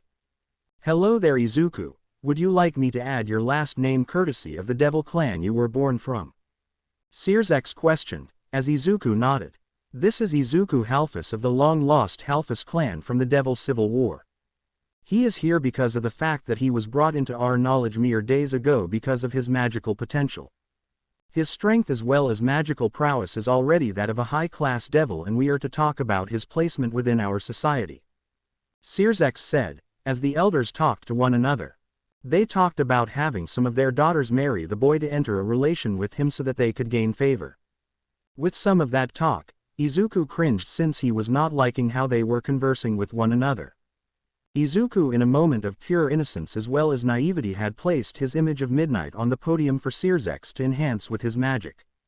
Once the image was shown to them all, they all looked at the picture depicting the R-rated heroine Midnight looking akin to a civilian in the clothes she was wearing. "What is the meaning of this Sears X? A painting isn't going to inform us about what the boy wishes?" One of the elders asked, as Sears X smiled. "If you all are wondering what this image is for, this image was hand-drawn and colored in by Izuku Halfus. His wishes are for those who wish to marry him or under the age of 18 so that when he becomes of age to marry a girl, woman of his own age, they will have their choice to accept or to decline. He doesn't wish to take their chance of free will away from them," Sears X said, as one of the elders scoffed. "Preposterous. There is no way this young man had made an art piece this beautiful. It's not possible," the elder said, as he glared at Izuku. The young man walked up to the podium and looked at Sears X so he could speak. "Slander him all they can, but they will not slander his hard work. You call this work not mine, well how about I draw something in front of all of you? It takes a few hours to make something akin to this, so are you willing to watch me draw something like this but much better?" Izuku challenged as the elders around the room gave him the chance to do so. As the elders had watched as Izuku drew a very muscular man who had a heroic suit to match his muscular frame, they all noticed how the boy was drawing him to a T. From how many muscles the hero had, to the sunken-in eyes, to the dimples on his face as well as the seeming intimidating presence the man held, even in picture he was intimidating. After a few hours of drawing something akin to a master artist like Da Vinci, the elders had to know now how the boy could draw something this good just from mental imagery. "How did you know what the man looked like in a civilian form?" one of the elders asked, as if they already knew. "Before I moved to Kuo Town, I had the pleasure of meeting All Might myself. And I will never forget what he looked like outside of his hero form. I sincerely hope that you all don't talk to anyone else in the human world about All Might's true form. Because if it got out that he had gotten weaker since a battle he had about 6 years ago with a villain who was capable of nearly killing him, chaos will be shown across all of Japan. And villains much more dangerous than the ones we see on a daily basis will get more courage in order to come out believing that they could take down All Might themselves." Izuku warned as the elders nodded to themselves. "We will grant your wishes of your marriage proposals. But you must at least meet our choices for you before declining your marriage contract," the elders said, as Izuku nodded. "If they wish to pursue me even after knowing about me and not because they wish to have more children that are of pure blood devil heritage, then I will accept this. I don't care about how many pure-blooded devils remain in the underworld. All I care about is how I can change what my dreams are on the surface world and become a better person than before," Izuku said, as Searsex called an end to the meeting. When leaving the building, Izuku started to breathe heavily as well as hyperventilate since he was talking back to the elders to their faces and lived to tell the tale. Izuku, it's not that bad, in fact you showed them how strong you were. You didn't even need my presence to tell them that. Citri said, smiling at Izuku. I know, it's just nerve-wracking. I hope I didn't cause any kind of unrest in there, or insult any of them. Izuku said, as Searsex as well as Citri smiled down at him. Don't worry, you will be fine, now get back to the human world. It should be around lunchtime now in the human world whilst it's still early here. Searsex said, dropping them off at the underworld train. The duo would return to the human world a few minutes later as they continued on their happy day, unaware of the fact that a certain Phoenix familiar was watching him as they left. Izuku re-entered the school as Citri had returned back to the office where she would keep an eye on her subordinates who worked within the school. The young man had been completely taken aback when he had heard that he would have to choose someone to marry in the future. He had no idea of when that would be, but he would need to get a peerage in order to show the amount of power he would be capable of wielding in the future. But at the moment he was more focused on his own growth as a young devil since his magical presence was minuscule at best since his power was not achieved as a child. So as he ate his food on his own, he looked about the place as he found that some students talked about him as well as his quirklessness, which got him to shrink in on himself. He wasn't a fan of this place now, especially since the students had found a way to avoid being in trouble by stating that they were nowhere near the boy when they made their statements. He focused on bringing his natural power from the earth as well as bring himself into a state of calmness before he pulled out some papers in order to draw. It was a small hobby he gained when he wrote about heroes as well as villains' quirks in order to have a small chance at becoming someone worthy of being a hero. But alas, it just was for naught, as the boy was even told by his idol that it was impossible to become a hero without a quirk or superpower. He shrugged those thoughts off as he knew that his talks with the therapist was making his suicidal thoughts show themselves there as they worked on getting him to know that there were people who cared about him. He would just have to find them. Now though, he was dealing with the crippling loneliness that he was suffering from as he sat alone at his lunch table. Still unaware of the fact that he was being watched by a familiar Phoenix outside the window from behind, not having the ability to sense something like that yet at his age. Lunch would soon end as the young man would gather his belongings in order to head to his next lesson for the day. Following not far behind though was a familiar face as she was thinking about how to apologize for her actions the other day.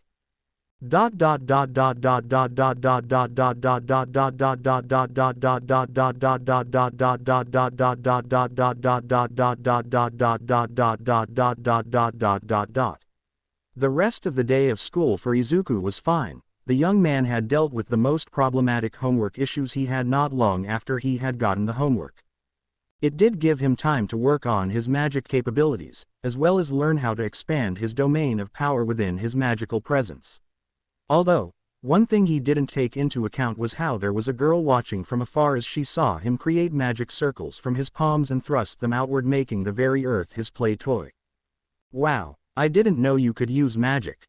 A familiar voice called out as Izuku turned around to find the dog mutation quirk girl staring at him. Elizabeth, what or why you doing here?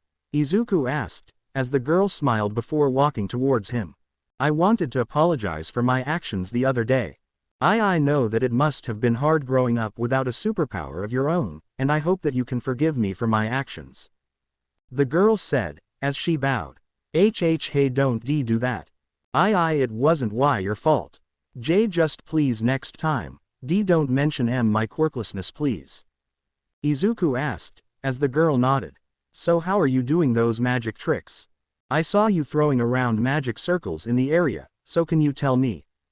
The girl asked, her dog tail wagging behind her. Well, it's not like she will believe me when I tell her I'm a 100% bona fide devil. Izuku thought to himself, unknowingly muttering it out as he heard a gasp. Wait, you're a devil? Like the fire and brimstone kind of devil with a pitchfork? The girl asked, as Izuku shook his head. Not dissimilar, but we are. Not that kind of devil. I'm sure that there are some devils out there who are extremely similar to that, but that isn't me. Izuku said, as the girl let out a breath. Well, at least you would be a bad liar when it comes to that. You are really easy to read. So how does one become a devil? Elizabeth asked, as she sat next to the boy who was sitting on a bench. I don't know. From what I do know is that Beelzebub-sama will be giving me evil pieces, though I have no idea as to how I will be capable of using them. Izuku muttered to himself. Elizabeth watched on as Izuku would spiral out of control on a muttering spree as he continuously muttered about the pros and cons of an evil piece as he spoke about. She continued to watch him as she smiled at how passionate he became when introducing her to the world of the supernatural. It was here that Izuku felt something within the girl herself as he noticed a small presence within the girl, and looking at her eyes carefully he noticed something she didn't. I don't know whether or not to alarm you, Elizabeth-san, but I think you have something of a power outside of your quirk. Izuku said, as the girl looked at him confusedly. What are you talking about? The girl asked, completely confused now. I don't know what I am sensing from you specifically, but from what I can tell, you have a presence within the supernatural. I need to talk to Principal Citri about this. The boy said, before standing up and walking away. Elizabeth didn't know whether to be pissed at how he essentially blew her off, or just follow him to see what he was talking about, so she just opted to follow him to see what he was talking about. Within the next few minutes, the two found themselves in front of the principal's office as Izuku knocked on the door. Is there anything I should prepare myself for when we talk to her? Elizabeth asked, as Izuku shook his head. If there is anyone who could pinpoint what the cause of this presence I feel inside of you is, it will be her. She has been teaching me how to use my clan's magic abilities. Izuku said, as the door opened. Midoriya, what are you doing here? Weren't you supposed to be training your magic in the back? The principal asked, before noticing the girl's presence behind him. Don't worry, Citri-sama, she knows about me and how I can use magic. I need your help though, Izuku said, as the woman just allowed them both inside her office. How can I help you too, Midoriya? Citri asked, as Izuku just shook his head.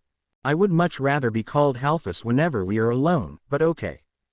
So when me and Elizabeth were talking outside after I was taking a break from training, I noticed something off about her energy she gave off. I think she has a sacred gear within her, Izuku said, as Citri looked at the girl much more closely. I'm not sure how I managed to pass her up when I first met her, but she does certainly hold a sacred gear. Not sure of the variety since there are so many out there, she could be holding onto. Alright, Elizabeth, I am going to need you to think about the most powerful thing you can feel within your body. Once you find it, try and softly pull it out into existence. Citri asked, as Elizabeth looked at the principal awkwardly. What am I supposed to think about?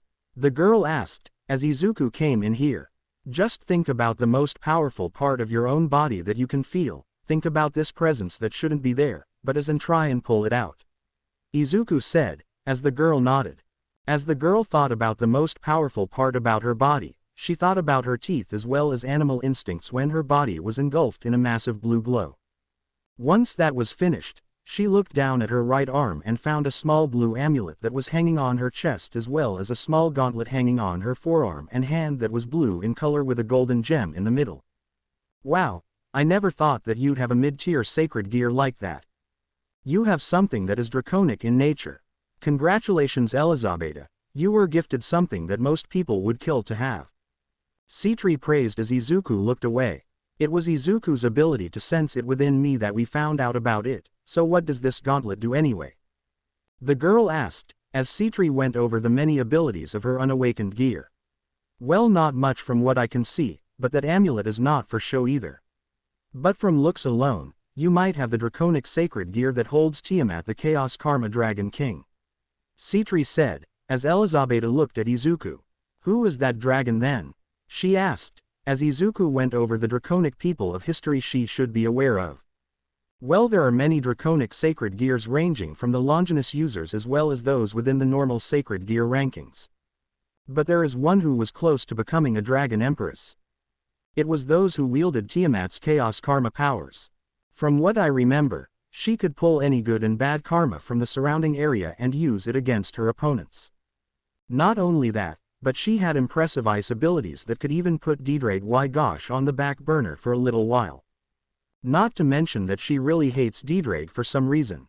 Izuku said, as he looked over the previous amounts of data on Tiamat as well as her previous hosts. So what do I do with her? Should I give her up to someone more capable of using her? The girl asked, as Izuku looked at her with shock. You would want to kill yourself by giving up your sacred gear. ? Izuku called out as Citri was alarmed as well. Wait, what do you mean kill myself by giving my sacred gear away? The girl exclaimed confused and scared. When one loses their sacred gear, or has it forcefully taken away from them, the original wielder of the gear will die because it's akin to taking away one's soul from their body. Citri explained as the girl nodded ferociously. So what do I do with it? The girl asked, as Izuku thought about it. Well, when do my evil pieces come in, Citri-sama? Izuku asked, as Elizabeth looked at him confused. Ajuka has finished them already and will be mailing them to me so that you can hold on to them by tomorrow. I certainly hope that you are bringing her to your peerage soon, Izuku, that way you can start to bring up your team's capabilities. Citri said, as Izuku blushed a little. Well, do I have a choice in this matter? Elizabeth asked, concerned. Oh yeah, you do, but I would rather not have you become a member of my peerage if you don't wish for it to happen. We could remain friends as well, Izuku said, as the girl shook her head. Well, that wasn't what I was expecting to hear when you brought up your evil pieces. I don't mind being a devil actually, I just hope what piece I become will be powerful. The girl said, as she smirked at Izuku. I was thinking you'd be a perfect rook. Izuku mumbled as the girl looked at him. What do you mean by that? She asked, as Izuku looked at her. Well, people with animal traits take on the animal whose quirk they possess is similar to that animal. Meaning anything that makes them similar to a dog or wolf in nature, they will have their same resistances, likings, weaknesses, and many more things. But becoming a devil means that you would only gain one certain weakness to light magic or light weapons. Especially holy weapons, Izuku said, as he grimaced. For the remaining time they all talked about what to expect for the remaining part of the day as well as year, as they only had 2 days until the final exams for their grade and only 2 days until school was out and they would need to take the exams to get into Kuo Academy. Once returning home, Izuku was entering the house in the dark as it was dusk out, when the lights suddenly came on as everyone shouted out loud. Happy birthday, Izuku, they all happily said, as the boy had immediately jumped back in fright holding his chest. What the group of people who were within the Hyodo household didn't prepare for was Izuku pointing his hand out as a magic circle appeared out of reflex and wrapped them all up in a bunch of vines that were created from the boy's magic spell. Wait, Izuku, I thought you didn't have a quirk. Miki Hyodo asked, as Izuku stared at them with slight fear in his eyes. Izuku stared at the small family as well as the smaller friend group of Issei as they stared at the boy with both confusion as well as slight concern. Izuku was shriveling up into a small ball onto the couch as he looked like he was being punished for something that he didn't do. As the family moved slightly closer to Izuku, they watched as he continued to make himself smaller as they sat down in front of him. Izuku, you aren't in trouble, but can you tell us how you manifested this kind of power? Miki Hyodo asked, as Issei and his perverted friends looked at the boy with a sad smile of their own. It's something, that I've had my entire life. I only found out about my true heritage a few weeks ago. Izuku mumbled as they looked at him confusedly. What do you mean true heritage? Guro asked, softly as Izuku looked at them. Someone came up to me because they could feel my magical presence. I can control magic as if it was nothing. I was training on how to use the power effectively. I didn't mean to not tell you all about it, honest. I was going to tell you all about it when I mastered it. Izuku said, as the entire room looked at him quietly. Izuku lowered his head after a few minutes as if he was waiting to be punished for this action of not informing them about this power he held. I don't know about mom or dad, but having the ability to wield magic at your disposal makes you all the much cooler. I can't wait until I can use magic of my own if you can use it. Issei said, as his friends looked at him weirdly. Miki and Guro smiled at Izuku as they pulled him closer into a hug, allowing the boy to relax in their hold. As soon as their impromptu celebration was put on hold, They sat with one another as they questioned who had told him about his heritage. It was Graphia-san, the therapist you gave me. She is a devil like me, Izuku said, revealing his 4 pairs of wings. The family looked at it as Issei made sure to look at his 4 pairs closely. So is the amount of power you can wield congruent with the number of wings you have? Issei asked as Izuku nodded. I have 6 wings in total, meaning that in terms of raw power that I can use when I gain access to it, I will be capable of going up against those who are in the high tier of high-class devils. The higher number of wings I have, the more power I hold within my body that just needs to be brought out. Izuku said, as he also informed them about the evil pieces he would be receiving from Ajuka Beelzebub. Wait, 6 wings. Dude, you have 8 wings as of right now, Issei said, as Izuku looked confused before looking behind himself and noticing the extra 2 wings. I didn't have that many last week. I must have increased my power output in the month or 2 that I had been training with Mrs. Citri. Izuku mumbled as Mickey noticed the name drop. Citri, isn't she your principal of Kuo Middle School? Mickey asked, as Izuku nodded.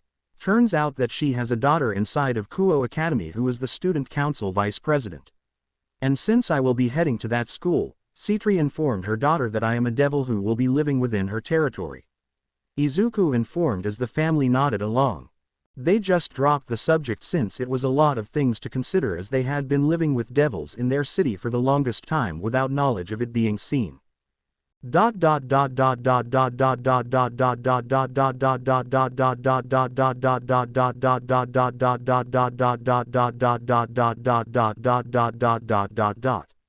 The birthday that Izuku had after their conversation about the supernatural was fun for Izuku, the young boy having the best day of his life since his 4th birthday.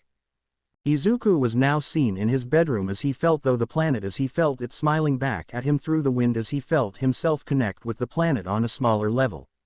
It was the next morning that Izuku was seen training his magic in the backyard of the home that Issei had actually wanted to see something from the boy. Hey Izuku, do you think you can sense something inside of me? Issei asked, as Izuku thought about it for a second, moving away from a small stump. He stood next to Issei as he felt the magic around the boy, as he felt a draconic presence in him almost immediately as Izuku smiled at the boy. I can sense a draconic aura around you. If you wish to show your power, then try and think about the strongest thing you can in your body and place all your mind and power into that limb. Izuku said, as Issei nodded. They sat there on the ground as Issei searched through himself before he seemed to find whatever Izuku was talking about and willing it to the surface.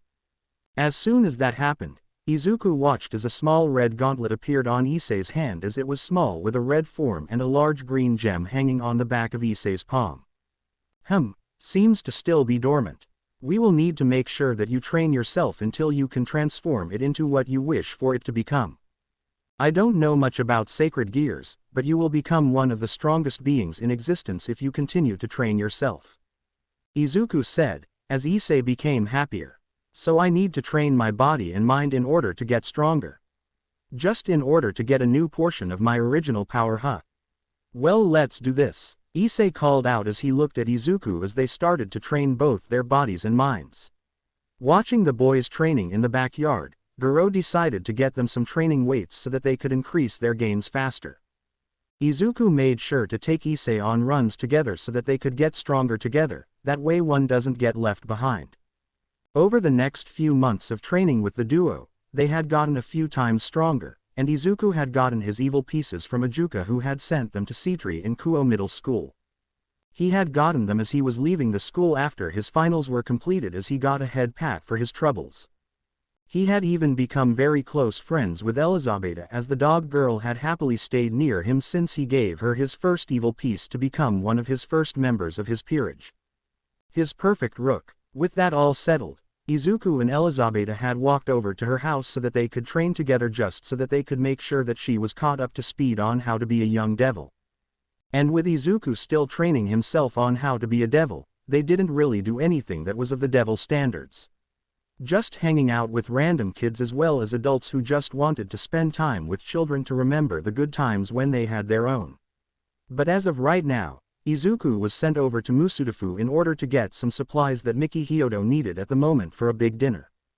His entrance exams for Kuo Academy were coming up and she wanted him to have a lunch for when he went there in the next few weeks. And stocking up on enough food to make him a good lunch for him on that day would be perfect.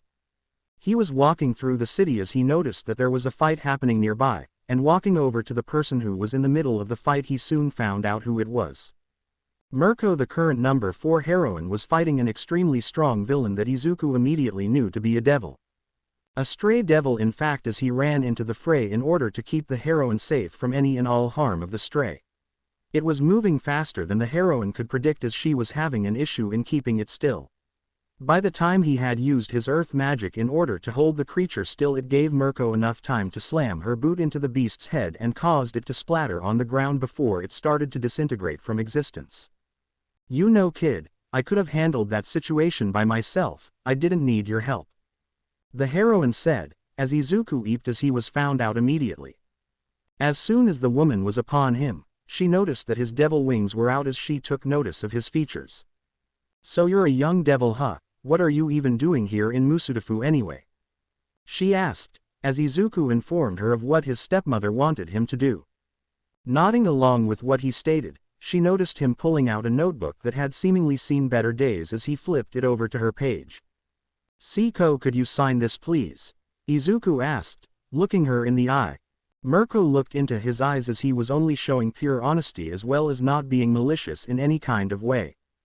As Mirko had been signing his paper, both were completely unaware of something coming down from above as it slammed Mirko into the ground as her body was impaled by a spear made of light. "Gar RG," Mirko growled out as blood spat out of her mouth. "That is what happens when you align yourself with a devil," a villainous voice called out. Looking to the sky, they both found a 6-winged fallen angel as it floated there. Looking angrily at the fallen angel, Izuku sent wave after wave of rocks and earthly vines after them, and the fallen was moving as fast as possible in order to not be ensnared by the vines. But it wouldn't last long as Izuku managed to ensnare his left leg and yank them down to his level before pulling a fist back and slamming a magic-infused punch into their face, breaking so many bones in their face that it had completely turned the opponent into a mass of feathers. "Didn't think that this was how I would go out," Mirko called out, as she was now on her knees looking out into the distance. Her eyes were slowly becoming glazed as Izuku fumbled with his pocket as he pulled out a new rook piece as he looked at Mirko. Hey, stay awake Mirko-san. If you can hear me twitch your left hand," Izuku said, as the heroine had started off into the distance as her left hand twitched slightly. "Oh okay, I have a way to save you, but it will also be turning you into a supernatural creature who has to be an ally," Izuku said, as he grimaced as Mirko's eyes slowly returned from their distant stare. "What are you talking about?" she growled out, as she looked at the amount of blood on the ground. I can save your life, but it will turn you into a reincarnated devil. Why, you would technically be my servant, but you can do whatever you want. Any territory would be yours. Just please tell me if you want to live," Izuku said, as he pulled out a rook piece. "This better not be a prank, otherwise I will be kicking your ass," she said, before passing out. As soon as his body hit the ground, Izuku panicked as he placed the rook piece on her chest and said his incantation. "In the name of Izuku Halfus, I resurrect you from the dead, Mirko. Live for me, and for yourself. Become the best hero you can be without having to rely on others," Izuku called out as the evil piece had started to glow before it entered the woman's body. But just as soon as it was entering her body, Izuku caught the glow brighten even more as the piece became a mutation piece in that moment to turn her. As soon as the glow died down, Izuku looked at his surroundings as he made sure that she was fine. Looking for Mirko's agency within Musudafu, he found it soon after knocking on the door. "Mirko-san, what in the world happened? Who are you, brat?" the receptionist asked angrily. I am just a bystander who found her bleeding out. I just managed to heal her enough to where she could survive. Could you place her on something to rest?" Izuku asked, as the receptionist had nodded along. Her anger was now long gone as she went into caring for her boss as they placed her on a bed inside her main room. As soon as that happened, the receptionist had tried to get him out of the place as Izuku told her that he needed to be nearby so that she wouldn't cause mayhem on accident because him healing her could have some unknown side effects. The receptionist had been very lenient by stating that she would be outside the room if he did anything wrong to her unconscious body and that she would know. Nodding quickly, Izuku placed himself on the other side of the room from Mirko as the woman continued to snore softly. He had even sent a text to Mickey as he informed her that he would be late because he had to save a heroine from an early grave. Once he got the okay, he sat there for a few hours before leaving the room to get some water to drink before returning back to the room. But as soon as he re-entered the room, he found Mirko already up and moving about as if nothing happened, and as soon as she found his presence in the room, she looked his way as she groaned out in exasperation. "So what happened earlier today didn't happen, or did it happen?" Mirko asked, angrily, as Izuku nodded his head. I saved you from a quick death by giving you an evil piece. It allows me to revive those who are on the brink of death, or fully healthy. I would have asked you first, but the situation was dire since you were near death," Izuku said, as Mirko nodded. "Thank you, Squirt, for saving me, although what piece did you give me?" "I don't remember which piece I got from you," Mirko said, scratching her head in confusion. "I gave you a rook piece. You are my second rook. Actually, you are a mutated rook piece, as you were simply powerful enough with your will to make it mutate in your resurrection," Izuku said, as Mirko nodded. "So is there anything else I should know?" Mirko asked, as Izuku thought about it. "Well, you will have to come to this address in order to talk about devil activities during the evenings. That way you know what to expect when I'm in school," Izuku said, as Mirko nodded along. "So what kind of powers does the rook give me, especially a mutated rook?" "So you know how you are already super strong?" Izuku asked, as Mirko nodded. "Why, you get more strength, as well as D defense. In fact your strength probably either doubled or tripled because of the mutated rook you have in your body. So you might want to train yourself so that you don't accidentally kill a normal criminal with one of your kicks," Izuku said, as Mirko looked at him before nodding. "All right, not that I can't trust you, you don't seem the type to lie to someone about these things." "Am I allowed to inform people about what I am?" she asked, eating a carrot cake. "Yeah, I don't mind. Just make sure that they don't tell anyone else," Izuku said, as Mirko nodded. "Yeah, the supernatural world becoming a part of the daily would be kind of chaotic since we don't have anything that would stop magic from being used. Anyway, get out of here, Squirt. I got some training to do so I can find a good spot where I can use my strength," Mirko said, as Izuku scurried away.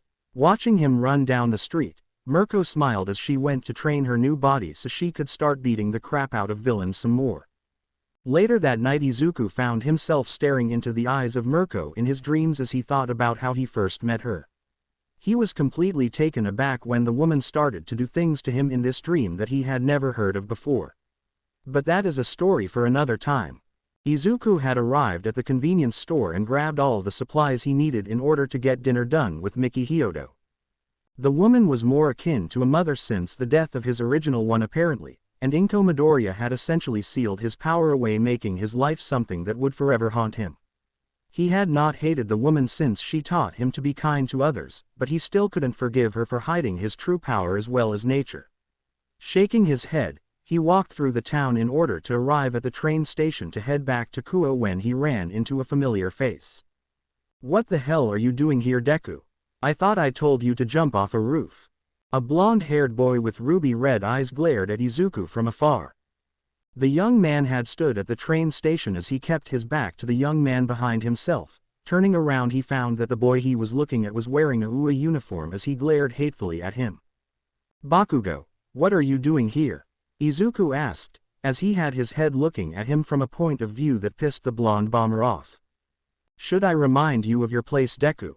You are beneath me, so why are you feeling like you can talk to me like that?" Bakugo asked as he walked over to Izuku, hands popping with his quirk. "I'm not afraid of you anymore, Kachan. Just because I was your punching bag for 10 long years doesn't mean that I won't stop being who I am," Izuku said, as Bakugo growled at him. "Then why didn't you come to UA then? I know you still want to be a hero, you dumbass," Bakugo asked, as Izuku stared at him with dead eyes. "I met someone who informed me that my dreams of becoming a quirkless hero wouldn't work. And even if I told you who it was, you wouldn't even believe me," Izuku said, as his train arrived. "Deku, What in the fuck are you talking about? Question mark quote. Bakugo growled as he followed Izuku on the train. What I mean, Kachan, is that I nearly took your advice and almost killed myself. I would have left a note as well, but someone stopped me from doing so and accepted me into their family. I won't ever regret choosing to live rather than dying. Not like I could anyway. Izuku said, muttering the last part though. There is no way you could have given up on becoming a hero, that's not the same Deku I grew up with. Bakugo said, as he glared at Izuku. Well, Bakugo, the Deku you knew and hated to the point you drove him to attempt suicide is long dead. Could you at least leave me alone for once in my pathetic life? I don't need you telling me what I can and can't do. I would rather die right now than ever see your face again. Izuku screamed in Bakugo's face as he ran down the train to get onto another car.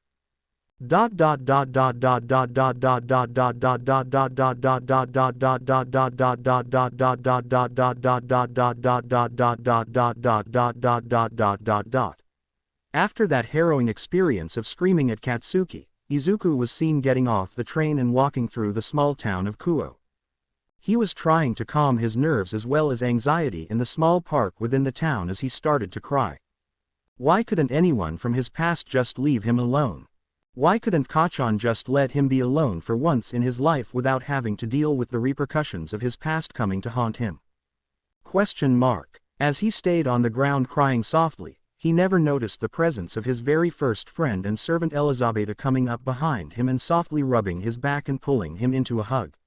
She had felt through her connection with Izuku that the young man's feelings were hurt, and he was in a bad place. So she came to find him through the evil peace that resonated within her and found him crying in front of a fountain of Kuo Park. Are you okay, Izuku? Elizabeth asked, as she rubbed the boy's back. No, I'm not okay. Izuku muttered as he sobbed still. The young dog girl had pulled Izuku into her embrace as she rocked back and forth as the young man was sobbing now into her shirt. In terms of her friends as well as other girls she knew, her chest wasn't something to scoff at, but she wasn't the largest of their school during their middle school years. But she was happy that Izuku placed his head there since it would provide the perfect cushion for him as he sobbed. They sat there in the park for a while before Izuku had run out of tears as he pulled himself away from Elizabeth's shirt. I'm sorry for ruining your shirt, Izuku said, as he sniffled. As Izuku stopped crying he stood up as Elizabeth had followed him all the way home, just making sure that he wouldn't walk a different route. Once Izuku entered the house, Miki Hyodo had walked over to the door to find out what took Izuku so long that day only to come see Izuku with red eyes as he stared at her holding the groceries. Izuku, what happened? Who made you cry like this? Miki asked, as she went full-on mother over his red eyes. Jay just met someone who was, and not nice to me in the past. Izuku said, as Miki immediately realized who it was. Is he in a hero school? Because if he is I can press charges for him harassing you on your way back home. Miki asked, as Izuku stared at her. I don't wish to ruin his chances of becoming a hero though. I want to let this one time slide, if he does it again. Why you can re-report it, Izuku said, as Miki huffed before taking the groceries from him and sending him to the living room. The rest of the night was normal for Izuku as the young man had been keeping to himself as well as trained both himself and Elizabeth in his free time out of school. He was still studying since he was going to take the exams for Kuo Academy within the next few weeks, so he wanted to be completely ready for the test. For the rest of the week Izuku and Elizabeth had stayed near one another in case another Bakugo situation happened again, and they were right that it was about to happen again since the young man had seemingly come over to Kuo in search of him. He was searching each and every alleyway and back street for him as he and Elizabeth had moved about the crowds of Kuo town fast enough that the blonde bomber couldn't find them. Once the young man had lost his chance to find Izuku he left the area as he made himself seem scarce. Izuku and Elizabeth had left their hiding spot as they walked through the town, looking at everything and taking in the sights. Whilst they were having fun and moving towards every single thing about the small town, everything had to have a moment where some bastard had to try and ruin it for them. Hey, look who it is. Someone called out, as Izuku and Elizabeth had turned around to find three boys walking over towards them. Yeah, I knew I'd seen your face around here at a couple points.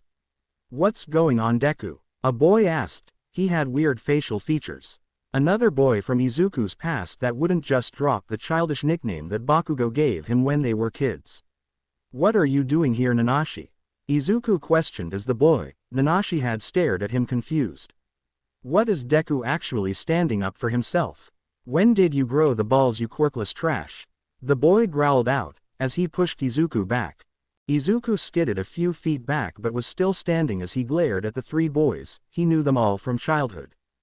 The boy with black hair and angular features was Nanashi. His quirk allowed him to extend his fingers to which they could have pointed ends. The boy with brown hair had the ability to turn his body into a rock-like structure, and the last one was a new one from when he was in his last year of Aldera. He had a small frame, but that was to deceive you. Underneath that small frame was a boy who had seen better days. He would still have bruises from fights with high schoolers. His name was Takahashi Komuro, and his quirk allowed him to mind control anyone who looked into his eyes. Surprisingly, Izuku was the only one who could ever look him in the eyes, and nothing ever happened, probably his devil heritage protecting him from something like that. As the trio looked over at Elizabeth, they sneered at her before a perverted look came over them as they walked to her and Izuku blocked her from them. Hey, what are you doing, Deku? You brought us this bitch for us to fuck. Is this Valentine's Day? One of the bullies called out, as Izuku literally growled at them. If you want to beat me up, I am okay with that, but you are not touching her. Izuku growled, as he subtly used his magic to create some vines around his bullies. Well, let's make sure that you are beaten before we take the bitch and have some fun. Nanashi said, drooling somewhat. When he said that, Elizabeth had covered her chest as she moved backwards, growling at them like a dog would. And what happened took place so fast that the bullies didn't know what had happened. Izuku rushed them and punched the boy who could transform into a rock-like structure and seemingly knocked him out with the singular punch. Then he switched over to the next one, Nanashi, and kicked him in the groin before using his magic to strip him of his clothes, leaving him nude on the street. And as soon as he got to the last one, he had managed to use his magic to erase his memories of this event before grabbing Elizabeth and running. Needless to say, Elizabeth was blushing up a storm when Izuku had grabbed her hand and pulled her away from that situation with the most heroic face she could see. It was a few minutes later that the duo had found themselves in the park where Izuku had cried the other day, and Izuku took in the smells as well as air. Both students were out of breath from running so much, but it was worth it in order to escape before the police arrived on the scene. Izuku was about to have both himself and Elizabeth sit down on the park bench when he heard a familiar popping as well as smelt the familiar smell of burnt sugar. Pushing the girl out of the way, he took the brunt of the explosion as he turned around to find Bakugo glaring at him with all the anger he could muster up. I had been looking all over for you, Deku, and I find you out on a date with this dog bitch. ? What are you, a furry now, Deku? Bakugo growled out. Izuku did take notice that the young man was not alone this time. He had a boy who was wearing a UA uniform who had red hair that was spiked up, and another boy with blonde hair with a black lightning bolt in it. They were looking at one another as well as Izuku with confused faces. Seems like they didn't know what was going on. Bakugo, I thought I asked you to leave me alone. All I want is to live my life in peace, and I can't do that with you harassing me. What do you want from me? Izuku yelled at Bakugo as the boy glared at Izuku. I'm bringing you back to your real home. Back in Musudafu, where you and Auntie can be a family again. Bakugo growled as he tried to grab Izuku. I am not going back there. Living in the same home as the woman who kidnapped me as a baby. I am not living in a house that is harbored by a neglectful woman. Izuku yelled as he actually got so angry at Bakugo that he punched the boy in the face so hard that the young man spat out a tooth and landed on the ground near the other two boys. The other two looked at Izuku and Bakugo and could see the clearly bad blood between the two as they grabbed Bakugo and kept him back from Izuku. Elizabeth had turned back to look at Izuku to see that his upper chest was revealed now since his shirt was exploded away from his body. And she froze upon what she saw on his upper torso. Scars had been seen all over his upper chest in the forms of burn marks, especially one in the shape of a hand. Bakugo had gotten up from where he was sitting on the ground looking at his tooth on the ground, and as he looked over at Izuku he glared hard at him before taking notice of something on the boy's missing shirt. Where the fuck did you get those scars? Bakugo asked, confused. They're all from you, Bakugo. 10 long years of bullying, all because I'm quirkless. 10 long years. 10 years of torment, of pain, of mental anguish. All because you couldn't stand me not having a quirk and seemingly treating you as if you were beneath me, all because I had wanted to help you out of a goddamn creek. Izuku yelled as when he said God's name in vain, he gained a small headache. Bakugo and the other two boys were staring at Izuku in shock, but Bakugo gained an angered expression as he growled at him. So what are you going to tell the police about what I did? It's in the past, Bakugo growled as Izuku stepped away from him. If you do not leave me alone, I will not hesitate to get a restraining order on you, Bakugo. I don't want to do it because of Auntie Mitsuki, but out of anyone who really knew me, she was the only one who was really kind to me. Izuku said, as he turned around and helped up Elizabeth, who was staring at Izuku's chest in both a blush as well as concern. Well, at least I didn't give up on a dream that we both made as children. Bakugo yelled back at Izuku, who stopped where he was and glared at the boy. Of course, I would give up on that dream. The number one hero told me himself that I was useless to the world as a quirkless hero. Not to mention you telling me every single day that I was completely useless. Don't try and get me to become a hero when you already won. Just leave me the fuck alone. Izuku screamed at the boy before pulling Elizabeth away from the area. As he left, he never seen the look of despair on Bakugo's face as the boy who he had bullied was going to stop becoming the very thing he wished with him for 10 long years. It had been a week since Izuku had met Katsuki again for the hopefully last time for the rest of his life. The young man had been incredibly rude as well as more of a bully than usual, and now that the young man wanted him to become a hero all because of a promise they had made when they were younger, Izuku didn't wish to become a hero like that boy. If Ua allowed a bully like him into the school, then he will not become a hero the legit way and just try and become a hero for the devils. That way he wouldn't have to worry about Katsuki anymore, but there was something else that was on his mind. Elizabeth had been staying near him ever since he had broken down in front of Katsuki. She had been much closer to him in the previous few days since he had revealed the fact that the young man had wanted him dead, as well as the number one hero's words to him on the very same day Katsuki said those hurtful words to him. He was grateful about the amount of attention the girl had been giving him because of everything that had been happening, but he would rather just keep himself away from people of his past from now on. As of right now, both he and Elizabeth had been walking to Kuo Academy in order to place their registration forms in for their high school they wanted to go to. Izuku had heard from Issei that the young man was going there himself since it was allowing those who were both male and female to enter. Izuku had made sure that he got everything on his papers right before he left the house as he met up with Elizabeth. The girl had taken up some sword fighting in order to be a better servant for him. They had even both started to get contracts set up by Citri so that they could increase their base powers over time. They soon arrived at the school when Izuku noticed a massive presence in terms of magical presence behind him as he walked through the front gates. Looking behind himself, he soon found himself staring at what could be argued to be the most beautiful woman he had ever seen before in his life, aside from Elizabeth. She had long flowing crimson-colored hair, as well as a curvaceous body that most women could kill for. He blushed crimson himself before running off with Elizabeth towards the registration office, completely unaware that the young woman herself was smiling at his disappearing form. So that is Izuku Halfus, huh? I wonder how adorable he might become as a Kahai. The woman asked, as she smiled at Izuku's disappearing form.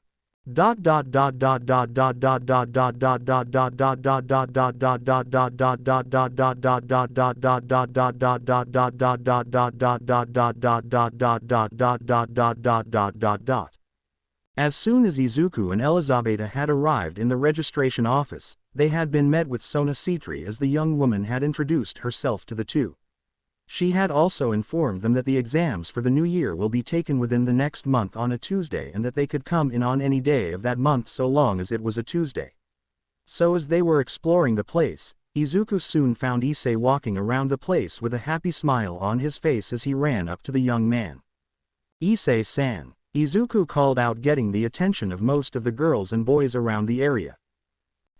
Oh Izuku, it's been about a few hours since we last met. How are you doing? Is Katsuki still chasing after you? Issei asked, as he looked down to Izuku's height. Issei was only around 2 inches higher than Izuku in terms of height as he patted Izuku's head of hair. It ultimately caused a ruckus as everyone thought that the interaction between boys was incredibly adorable. It was here that 2 people had arrived to meet up with Issei, a blonde-haired young man as well as a white-haired little girl with a black cat hair pin. They looked over at Izuku and Elizabeth as they smiled at the two. For Izuku though, the young man had noticed how everyone was looking at them as he instinctively shrunk in on himself. I had a run-in with him yesterday. But I told him off, and I hope to never see him again. Izuku said, stuttering the whole way through. I should have known that this would happen. Anyway, this is Kiba and Kaneko. They are going to be your senpais in the upcoming year. Issei said, as he changed the subject. Are you 2D devils? Izuku asked, reaching a hand out to shake them. Yup, I am Rias Grimori's knight. Kiba said, as he shook Izuku's hand. Kaneko Tuho, and I am Rias Grimori's rook. Kaneko said, as Izuku shook her hand. Elizabeth had moved forwards as she put out her hand and introduced herself to the 2 of them as she informed them that she was part of the werewolf race and that her dog mutations were from her mother. As Kaneko seemingly bristled at the thought of Izuku holding a werewolf in his peerage, Issei seemed happy with the young man. Who else is in your peerage? I heard from Mom that you had another rook used 2 days ago when you went into Musudafu. Issei asked, as Izuku blushed crimson once again, making him look like a distant cousin to the tomato. Miru Maruko. Izuku stuttered horribly. You have Mirko in your peerage? ? Issei called out whisper shouting. Why yeah, she nearly died protecting me from a villain who was attacking. I had to use a RO rook in order to keep her alive. Izuku said, as Issei ruffled his hair again. You just don't disappoint. Well, no matter, I hope you certainly increase your ability to get more peerage mates. Much less a small little harem for yourself. Anyway, I gotta go, got some business with my friends in the ORC. See you after school, Issei called out, as Izuku and Elizabeth walked amongst the crowd exploring the school. As it turned out, most everyone was kind to him after learning that he was completely quirkless and were asking if he needed help here and there, which definitely made him blush more than a few times. Some girls were even willing to teach him kendo in order to have him learn how to defend himself from those who would wish to do harm to him as well as his little friend. But as the day was nearing its end, Izuku and Elizabeth had started to make their way over to the Orc in order to introduce themselves as devils to the entire peerage of Rias Grimori. They were accosted by Sona as the young woman smiled at the two. Well, are you heading over to the Occult Research Club?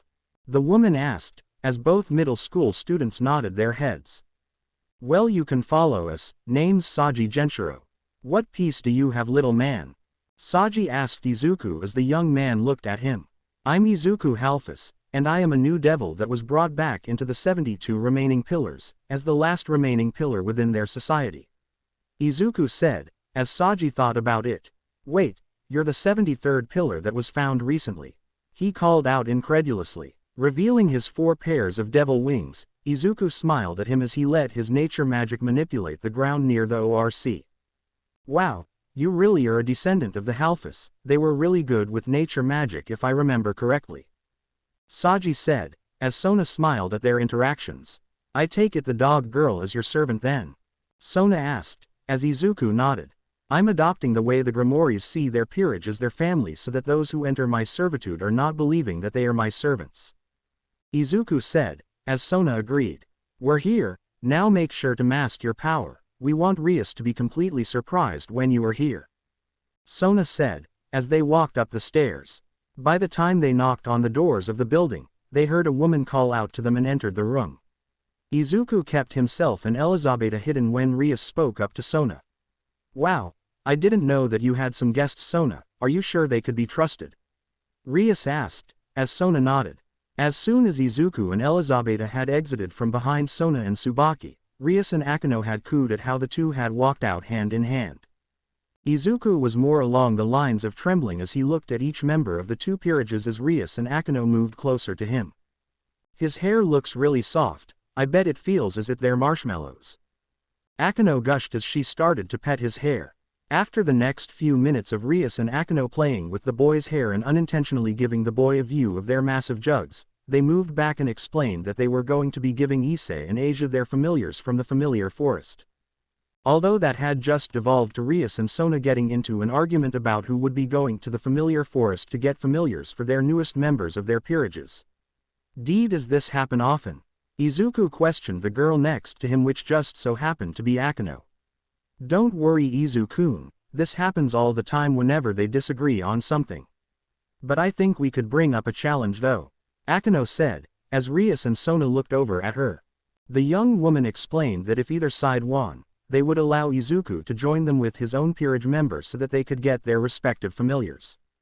Both sides agreed to that kind of thing as they started out with tennis, and Izuku had to admit that whilst both sides were very good at the sport, he could really do without the pairs of girls' skirts coming up to reveal their underwear.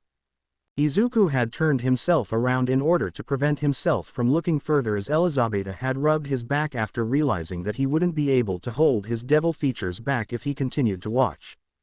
In the end it turned out that neither side had won, and they ended up breaking their rackets with their magic and ended up settling the whole thing on a dodgeball match.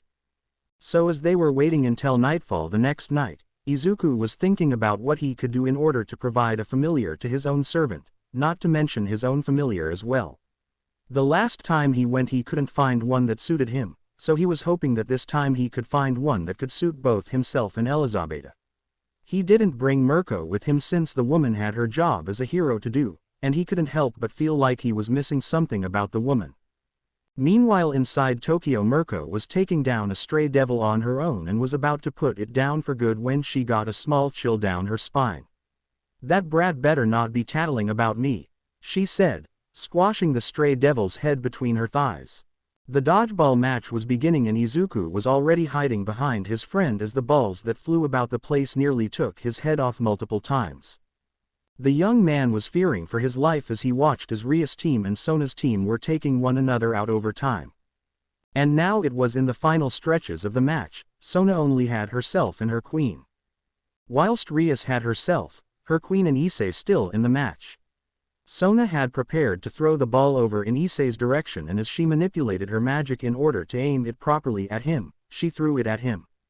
Preparing to catch the ball, he managed to grab near it before it changed course, and slamming right into his groin. Fiddlesticks, Issei squeaked as he fell to the ground holding his groin. As everyone watched as Asia ran over to heal his wounded groin, Izuku couldn't help but chuckle at how hilarious it was. Elizabeth had been full belly laughing as she watched the event herself, and now it was Rias and Akino versus Sona and Tsubaki. Since Rias had the ball this time, she used her magic as she threw it as hard as she could towards Sona and Tsubaki. The ball had managed to smack right through Tsubaki's defenses and knock her out of the game. Now all that was left was Sona with Rias and Akino as her enemies. She threw the ball one more time with her magic, managing to get Rias' queen out of the game, before Rias caught the ball and threw it back at Sona, getting her out of the game and catching the young woman off guard. With Rias securing the victory, everyone prepared to head out to the familiar forest as Izuku and Elizabeth had moved with them inside their magic circle.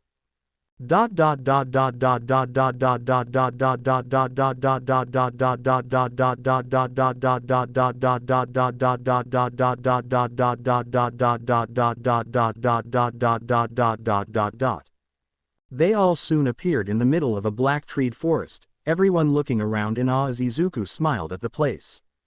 He had been here once before with Citri-sama, and he had remembered how calming the place was. Even if a dragon king lived in this forest near the mountains. As Seitugi came out of hiding, he informed the group that Tiamat was having a bad day today and that they should steer clear of the dragon king. Izuku, being the person who had the most heroic personality, asked Seitugi where exactly the dragon king's lair was. The man gulped before pointing at a pointed mountain in the distance, allowing both to run in that direction. Rias was confused at first before shrugging her shoulders as they took off with the familiar master to find Iz and Asia some familiars of their own. Walking through the forest nearing the Dragon King's lair, Izuku told Elizabeth to wait outside of the cave and in the forest as he won't be long. Entering the small cave, Izuku heard the sounds of a raging dragon as it was thrashing apart all over the place. Once Izuku was near the small home, he heard what the most terrifying voice could honestly be he had ever heard in his life. "What have you come here for this time, boy? Can't you see that I'm not in the mood?" Closing curly bracket. A feminine draconic voice growled out in a yell. I just wanted to know if why you wanted to talk about it." Izuku asked, as he sat down in front of the massive 20-meter tall dragon as she glared down at him. She didn't know why, but she felt her anger slowly ebb away from her mind as she merely laid herself down in front of him. Letting out a draconic sigh, she let out her wings and let them lay on the ground before she stretched her body out. Yawning a bit before looking at Izuku, the young man had been patient in waiting for her to speak, not to mention that he was trembling softly. "At least you know about how terrifying I can be. No matter. What I am pissed about is how Dedrag is allowing his host to be within my forest. I cannot allow him to stay here any longer than he should. I don't want anything to do with that bastard Dedrag," Tiamat said, as she growled lowly. Reaching his hand out, Izuku had left it in the air in front of Tiamat's snout as the dragon looked at it, sniffed before placing her snout on the boy's palm. It was something the two had done the last time he was here when he was searching for either a new peerage mate, or a familiar of his own. "It's all right, Issei won't be here long. He's just going to see if he can find himself a familiar. He will be gone soon. You're safe. Dedrag isn't here anymore," Izuku said, surprisingly calming the 10 times larger animal. As soon as Tiamat had calmed down enough, she stared at the young boy as she smiled as she transformed into her hybrid form. She was a very curvaceous woman wearing a long blue dress made of her own scales, her blue eyes looking as electric as All Might's, but wielding much more power than the man himself. "You seem to be down in your own spirits, can you inform me of what happened?" Tiamat asked, as she stared at Izuku. She had now pulled him into a hug where his face was in her chest. She knew that this position for the boy was not ideal, but she wanted to make him as calm as possible by having him listen to her heartbeat. Her plan was working as his trembling had stopped as he started talking about what had happened that week. She was incredibly angered by how his bully had come demanding that he become something he informed the boy many times over that he couldn't. Being hypocritical of the boy was very unheroic. It was here that the two heard movement outside of the cave as Tiamat noticed the distinct smell that Izuku left whenever he held his evil pieces on hand with the new presents. "I see that you have a new rook. What else has happened?" Tiamat asked, as Izuku allowed Elizabeth to talk about everything. It wouldn't be until later on in the evening that Tiamat would allow the two to go, but Tiamat had looked at Izuku much closer than usual this time. "If he can get me to stop being angry just with his presence alone, he might have a lineage of dragon tamers that were a part of his heritage," Tiamat thought before watching the boy and Elizabeth leave. Once the two returned back to where Rias and her peerage awaited them, Seituji had saw them arriving at the rendezvous point as he ran over to them. "I see that nothing seemed to happen. What was wrong with Tiamat?" the familiar master questioned. She was really moody, wanted to have the Red Dragon Emperor to leave her forest. Izuku said, as the man cursed silently. "All right, now that you all got your own familiars, it's time for you all to leave, before we piss off Tiamat even more than we thought," the familiar master said, as Rias took that as their key to leave. Creating the magic circle to teleport away from the familiar forest, they reappeared in the orc as they all sighed in relief. "Izuku, how did you know Tiamat-sama? She seemed incredibly curious about you as well as how calming your aura was towards her own chaotic one," Elizabeth said, as Izuku thought back to the last time he had seen Tiamat, which presented an image of her growling lovingly at him and surrounded him with her titanic body, and Izuku shivered slightly. I don't want to talk about it," Izuku said, as he shuddered in appreciation. Once Izuku and Elizabeth had left the building, Issei and the rest of Rias' peerage had made plans to do devil work so that they could increase Issei's magical power as a devil.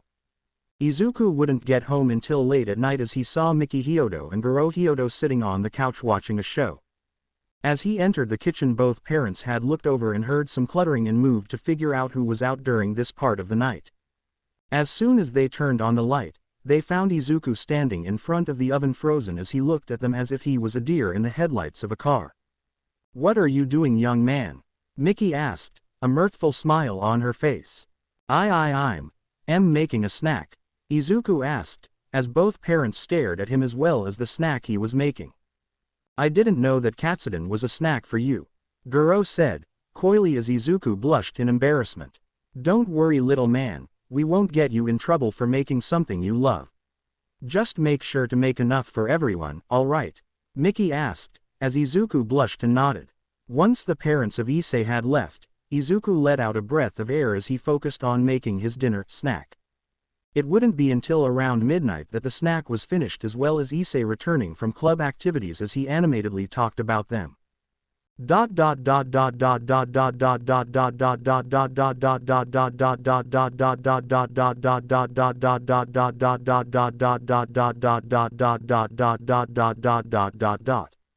The next morning Izuku had left the building with Issei as they did their best in order to train with one another to the absolute limit. Izuku kept telling the young man that it was because of All Might's main catchphrase of Plus Ultra, if Issei could do that, he could be able to attain whatever dreams he ever wanted if he pushed himself that hard. Just not be as perverted when doing so and that would be fine. He didn't want his idol's overpowering ability to be perverted and used for perverted things. Once the two had returned after their morning run, they had moved into the backyard as they physically trained one another with martial arts. With Issei learning how to fight better than he originally did, both were getting stronger with each other being their respective rivals. Izuku increased his magical power when fighting, and Issei increased his overall power to use his boosted gear with physical training. Because of this said training, they were both seeing much better gains in both body as well as mind since Izuku helped the upperclassman of a brother in his classes, moving him from a completely stupid perverted, yet clever, young man, into being a very clever and perverted young man. Yeah, sounds completely stupid when I put it like that, but it's just slightly better than the original. The duo could be seen walking to the school as they were talking about the new year that was starting. As Izuku entered the halls of Kuo Academy with Elizabeth waiting for him at the entrance, he was about to get a surprise visit from a certain rabbit heroine who was searching for him. Once they both entered the school grounds, something slammed down into the ground as Izuku looked through the dust and found himself staring at Thunder Chocolate Thighs as he blushed terribly. Hey little runt, it's been a while since we last seen one another, Mirko said, as she smiled down at Izuku. Aye, it's only been a couple of days. What are you doing here? Izuku said, as Mirko leaned over to him whilst covered up with the dust cloud. I've been having a certain itch and I needed to know where you were so I could take care of it at some point.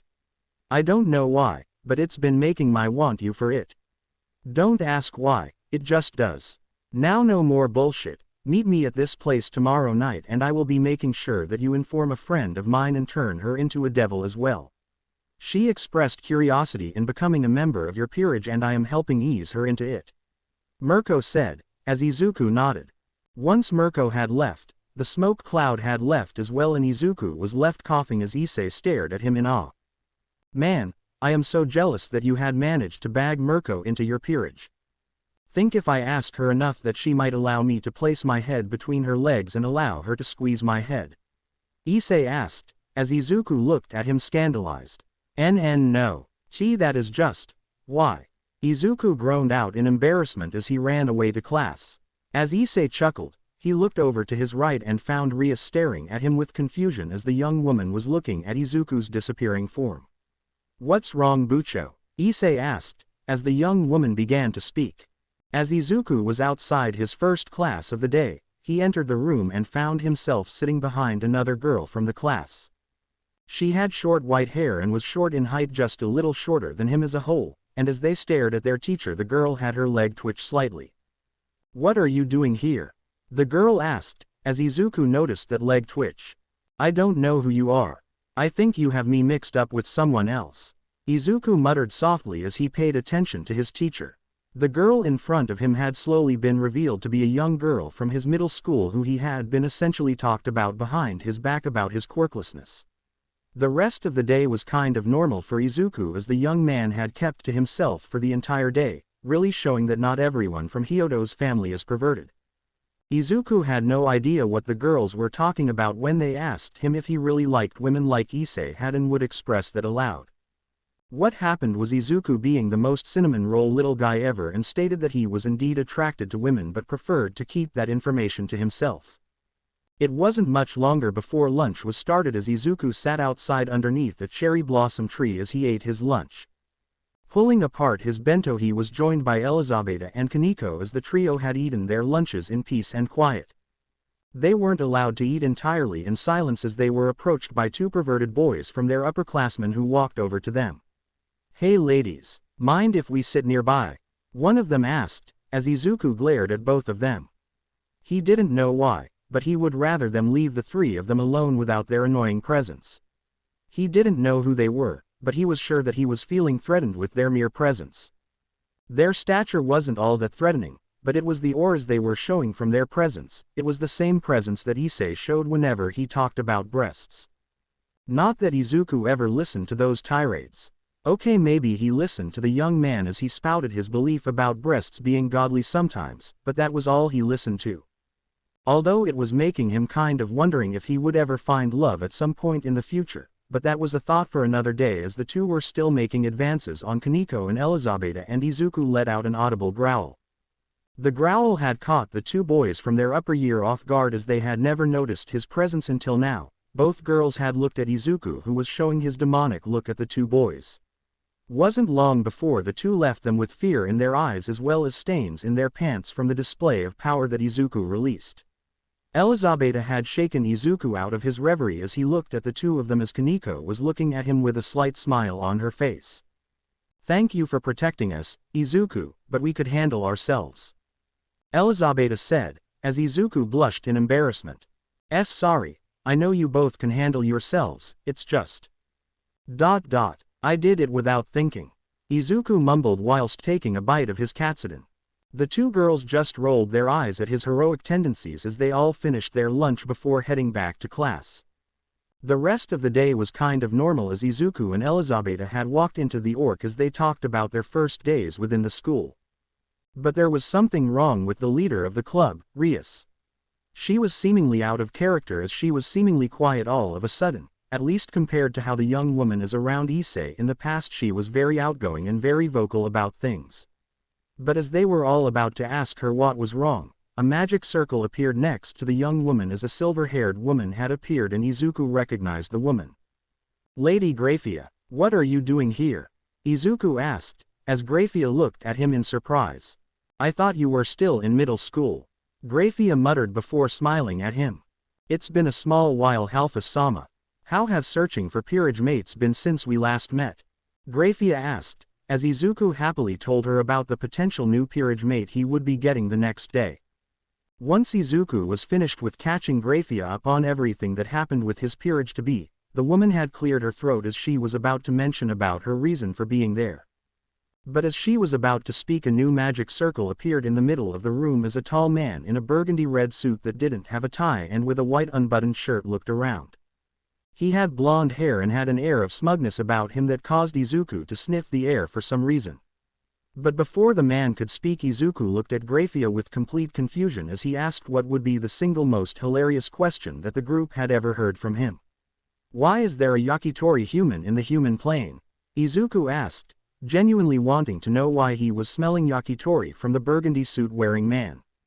Unknown to Izuku, the said man he was accidentally mocking was glaring at him with a pure rage in his eyes. To be continued. I hope you guys enjoyed this video. Please make sure to like and subscribe to the channel. Now we will see you in the next video.